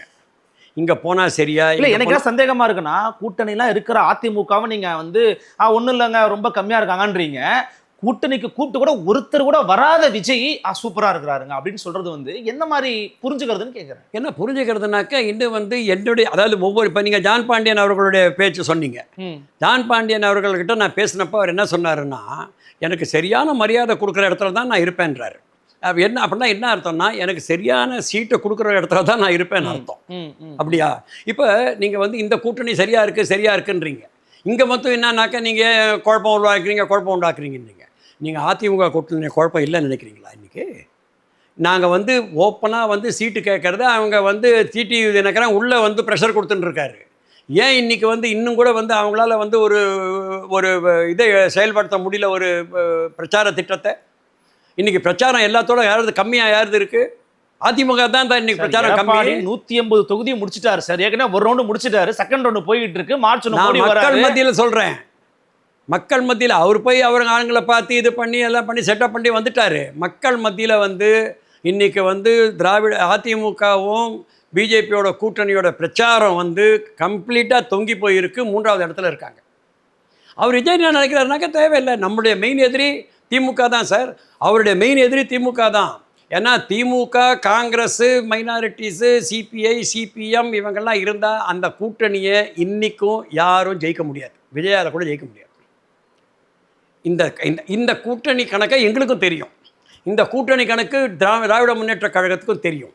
இப்போ எங்களுக்குள்ளே நடந்திருக்கிறது வந்து ஒரு சண்டை கிடையாது. இது வந்து யாருக்கு வந்து என்ன அதிகாரங்கள் கிடைக்க வேண்டும், எவ்வளவு சீட்டு கிடைக்க வேண்டியதெல்லாம் இந்த பேச்சுவார்த்தை இருக்குது. அதனால் வந்து இதை காங்கிரஸை உடைக்கிறதுக்கு, திமுகவிட்டேருந்து வெளியில் கொண்டு வரதுக்கான பேச்சுவார்த்தை கிடையாது. இது வந்து இந்த கூட்டணியை இன்னும் எப்படி பலப்படுத்தி கொண்டு போகலாம், அந்த பலத்தில் நமக்கு வேண்டிய பலத்தை எப்படி பெற்றுக்கலாம். நாங்கள் என்ன கேட்குறோம், இந்த எலெக்ஷனில் சீட்டு கொடுங்க, அதிகாரத்தில் பங்கு கொடுங்க. வரப்போகிற காலத்தில் வந்து நம்ம கண்டிப்பாக ஜெயிக்க போகிறோம். இந்த கூட்டணி இருந்தாக்க இந்த கூட்டணி தான் ஜெயிக்கும். அப்படி ஜெயிச்சாக்க எங்களுக்கு வந்து வாரியங்களில் பங்கு கொடுங்க, உள்ளாட்சி தேர்தலில் எங்களுக்கு கொஞ்சம் இது பண்ணி கொடுங்க. இவ்வளோதான் நாங்கள் கேட்குறோம். ஆனால் அதாவது திமுகவை காலைல எழுந்துச்சு பல் தோல்கிறது இந்த இரவு படுக்கிற வரைக்கும் திட்டிக்கிட்டு இருக்க தாவேக்காவை பாராட்டிகிட்டே இருப்பீங்க, இந்த பக்கம் திமுக கேட்டுக்கிட்டே இருப்பீங்க. யார் பாராட்டினாங்க? பிள்ளைங்கிட்டு தொட்டிலும் ஆடுறீங்க. இல்லை, யார் பாராட்டினாங்க? தாவேக்காவை காங்கிரஸ் கட்சியின் தலைவர்கள் பல பேர் புதடங்களை பாராட்டி தான் சார் பேசுறீங்க. யார் பாராட்டி? யார் நாங்கள் தாவேக்காவை பாராட்டி பேசலை. நாங்கள் பேசுகிறது எல்லாமே தாவேகாவுக்கு வந்து என்ன ஸ்ட்ரென்த் இருக்குன்னு தான் பேசுகிறோம். அதுவே திமுகவுக்கு நீங்க செய்யக்கூடிய ஒரு உள்ளடி வேலை தானே சார்? அது உள்ளடி வேலை கிடையாது சார், அது அரசியல் ராஜதந்திரம்.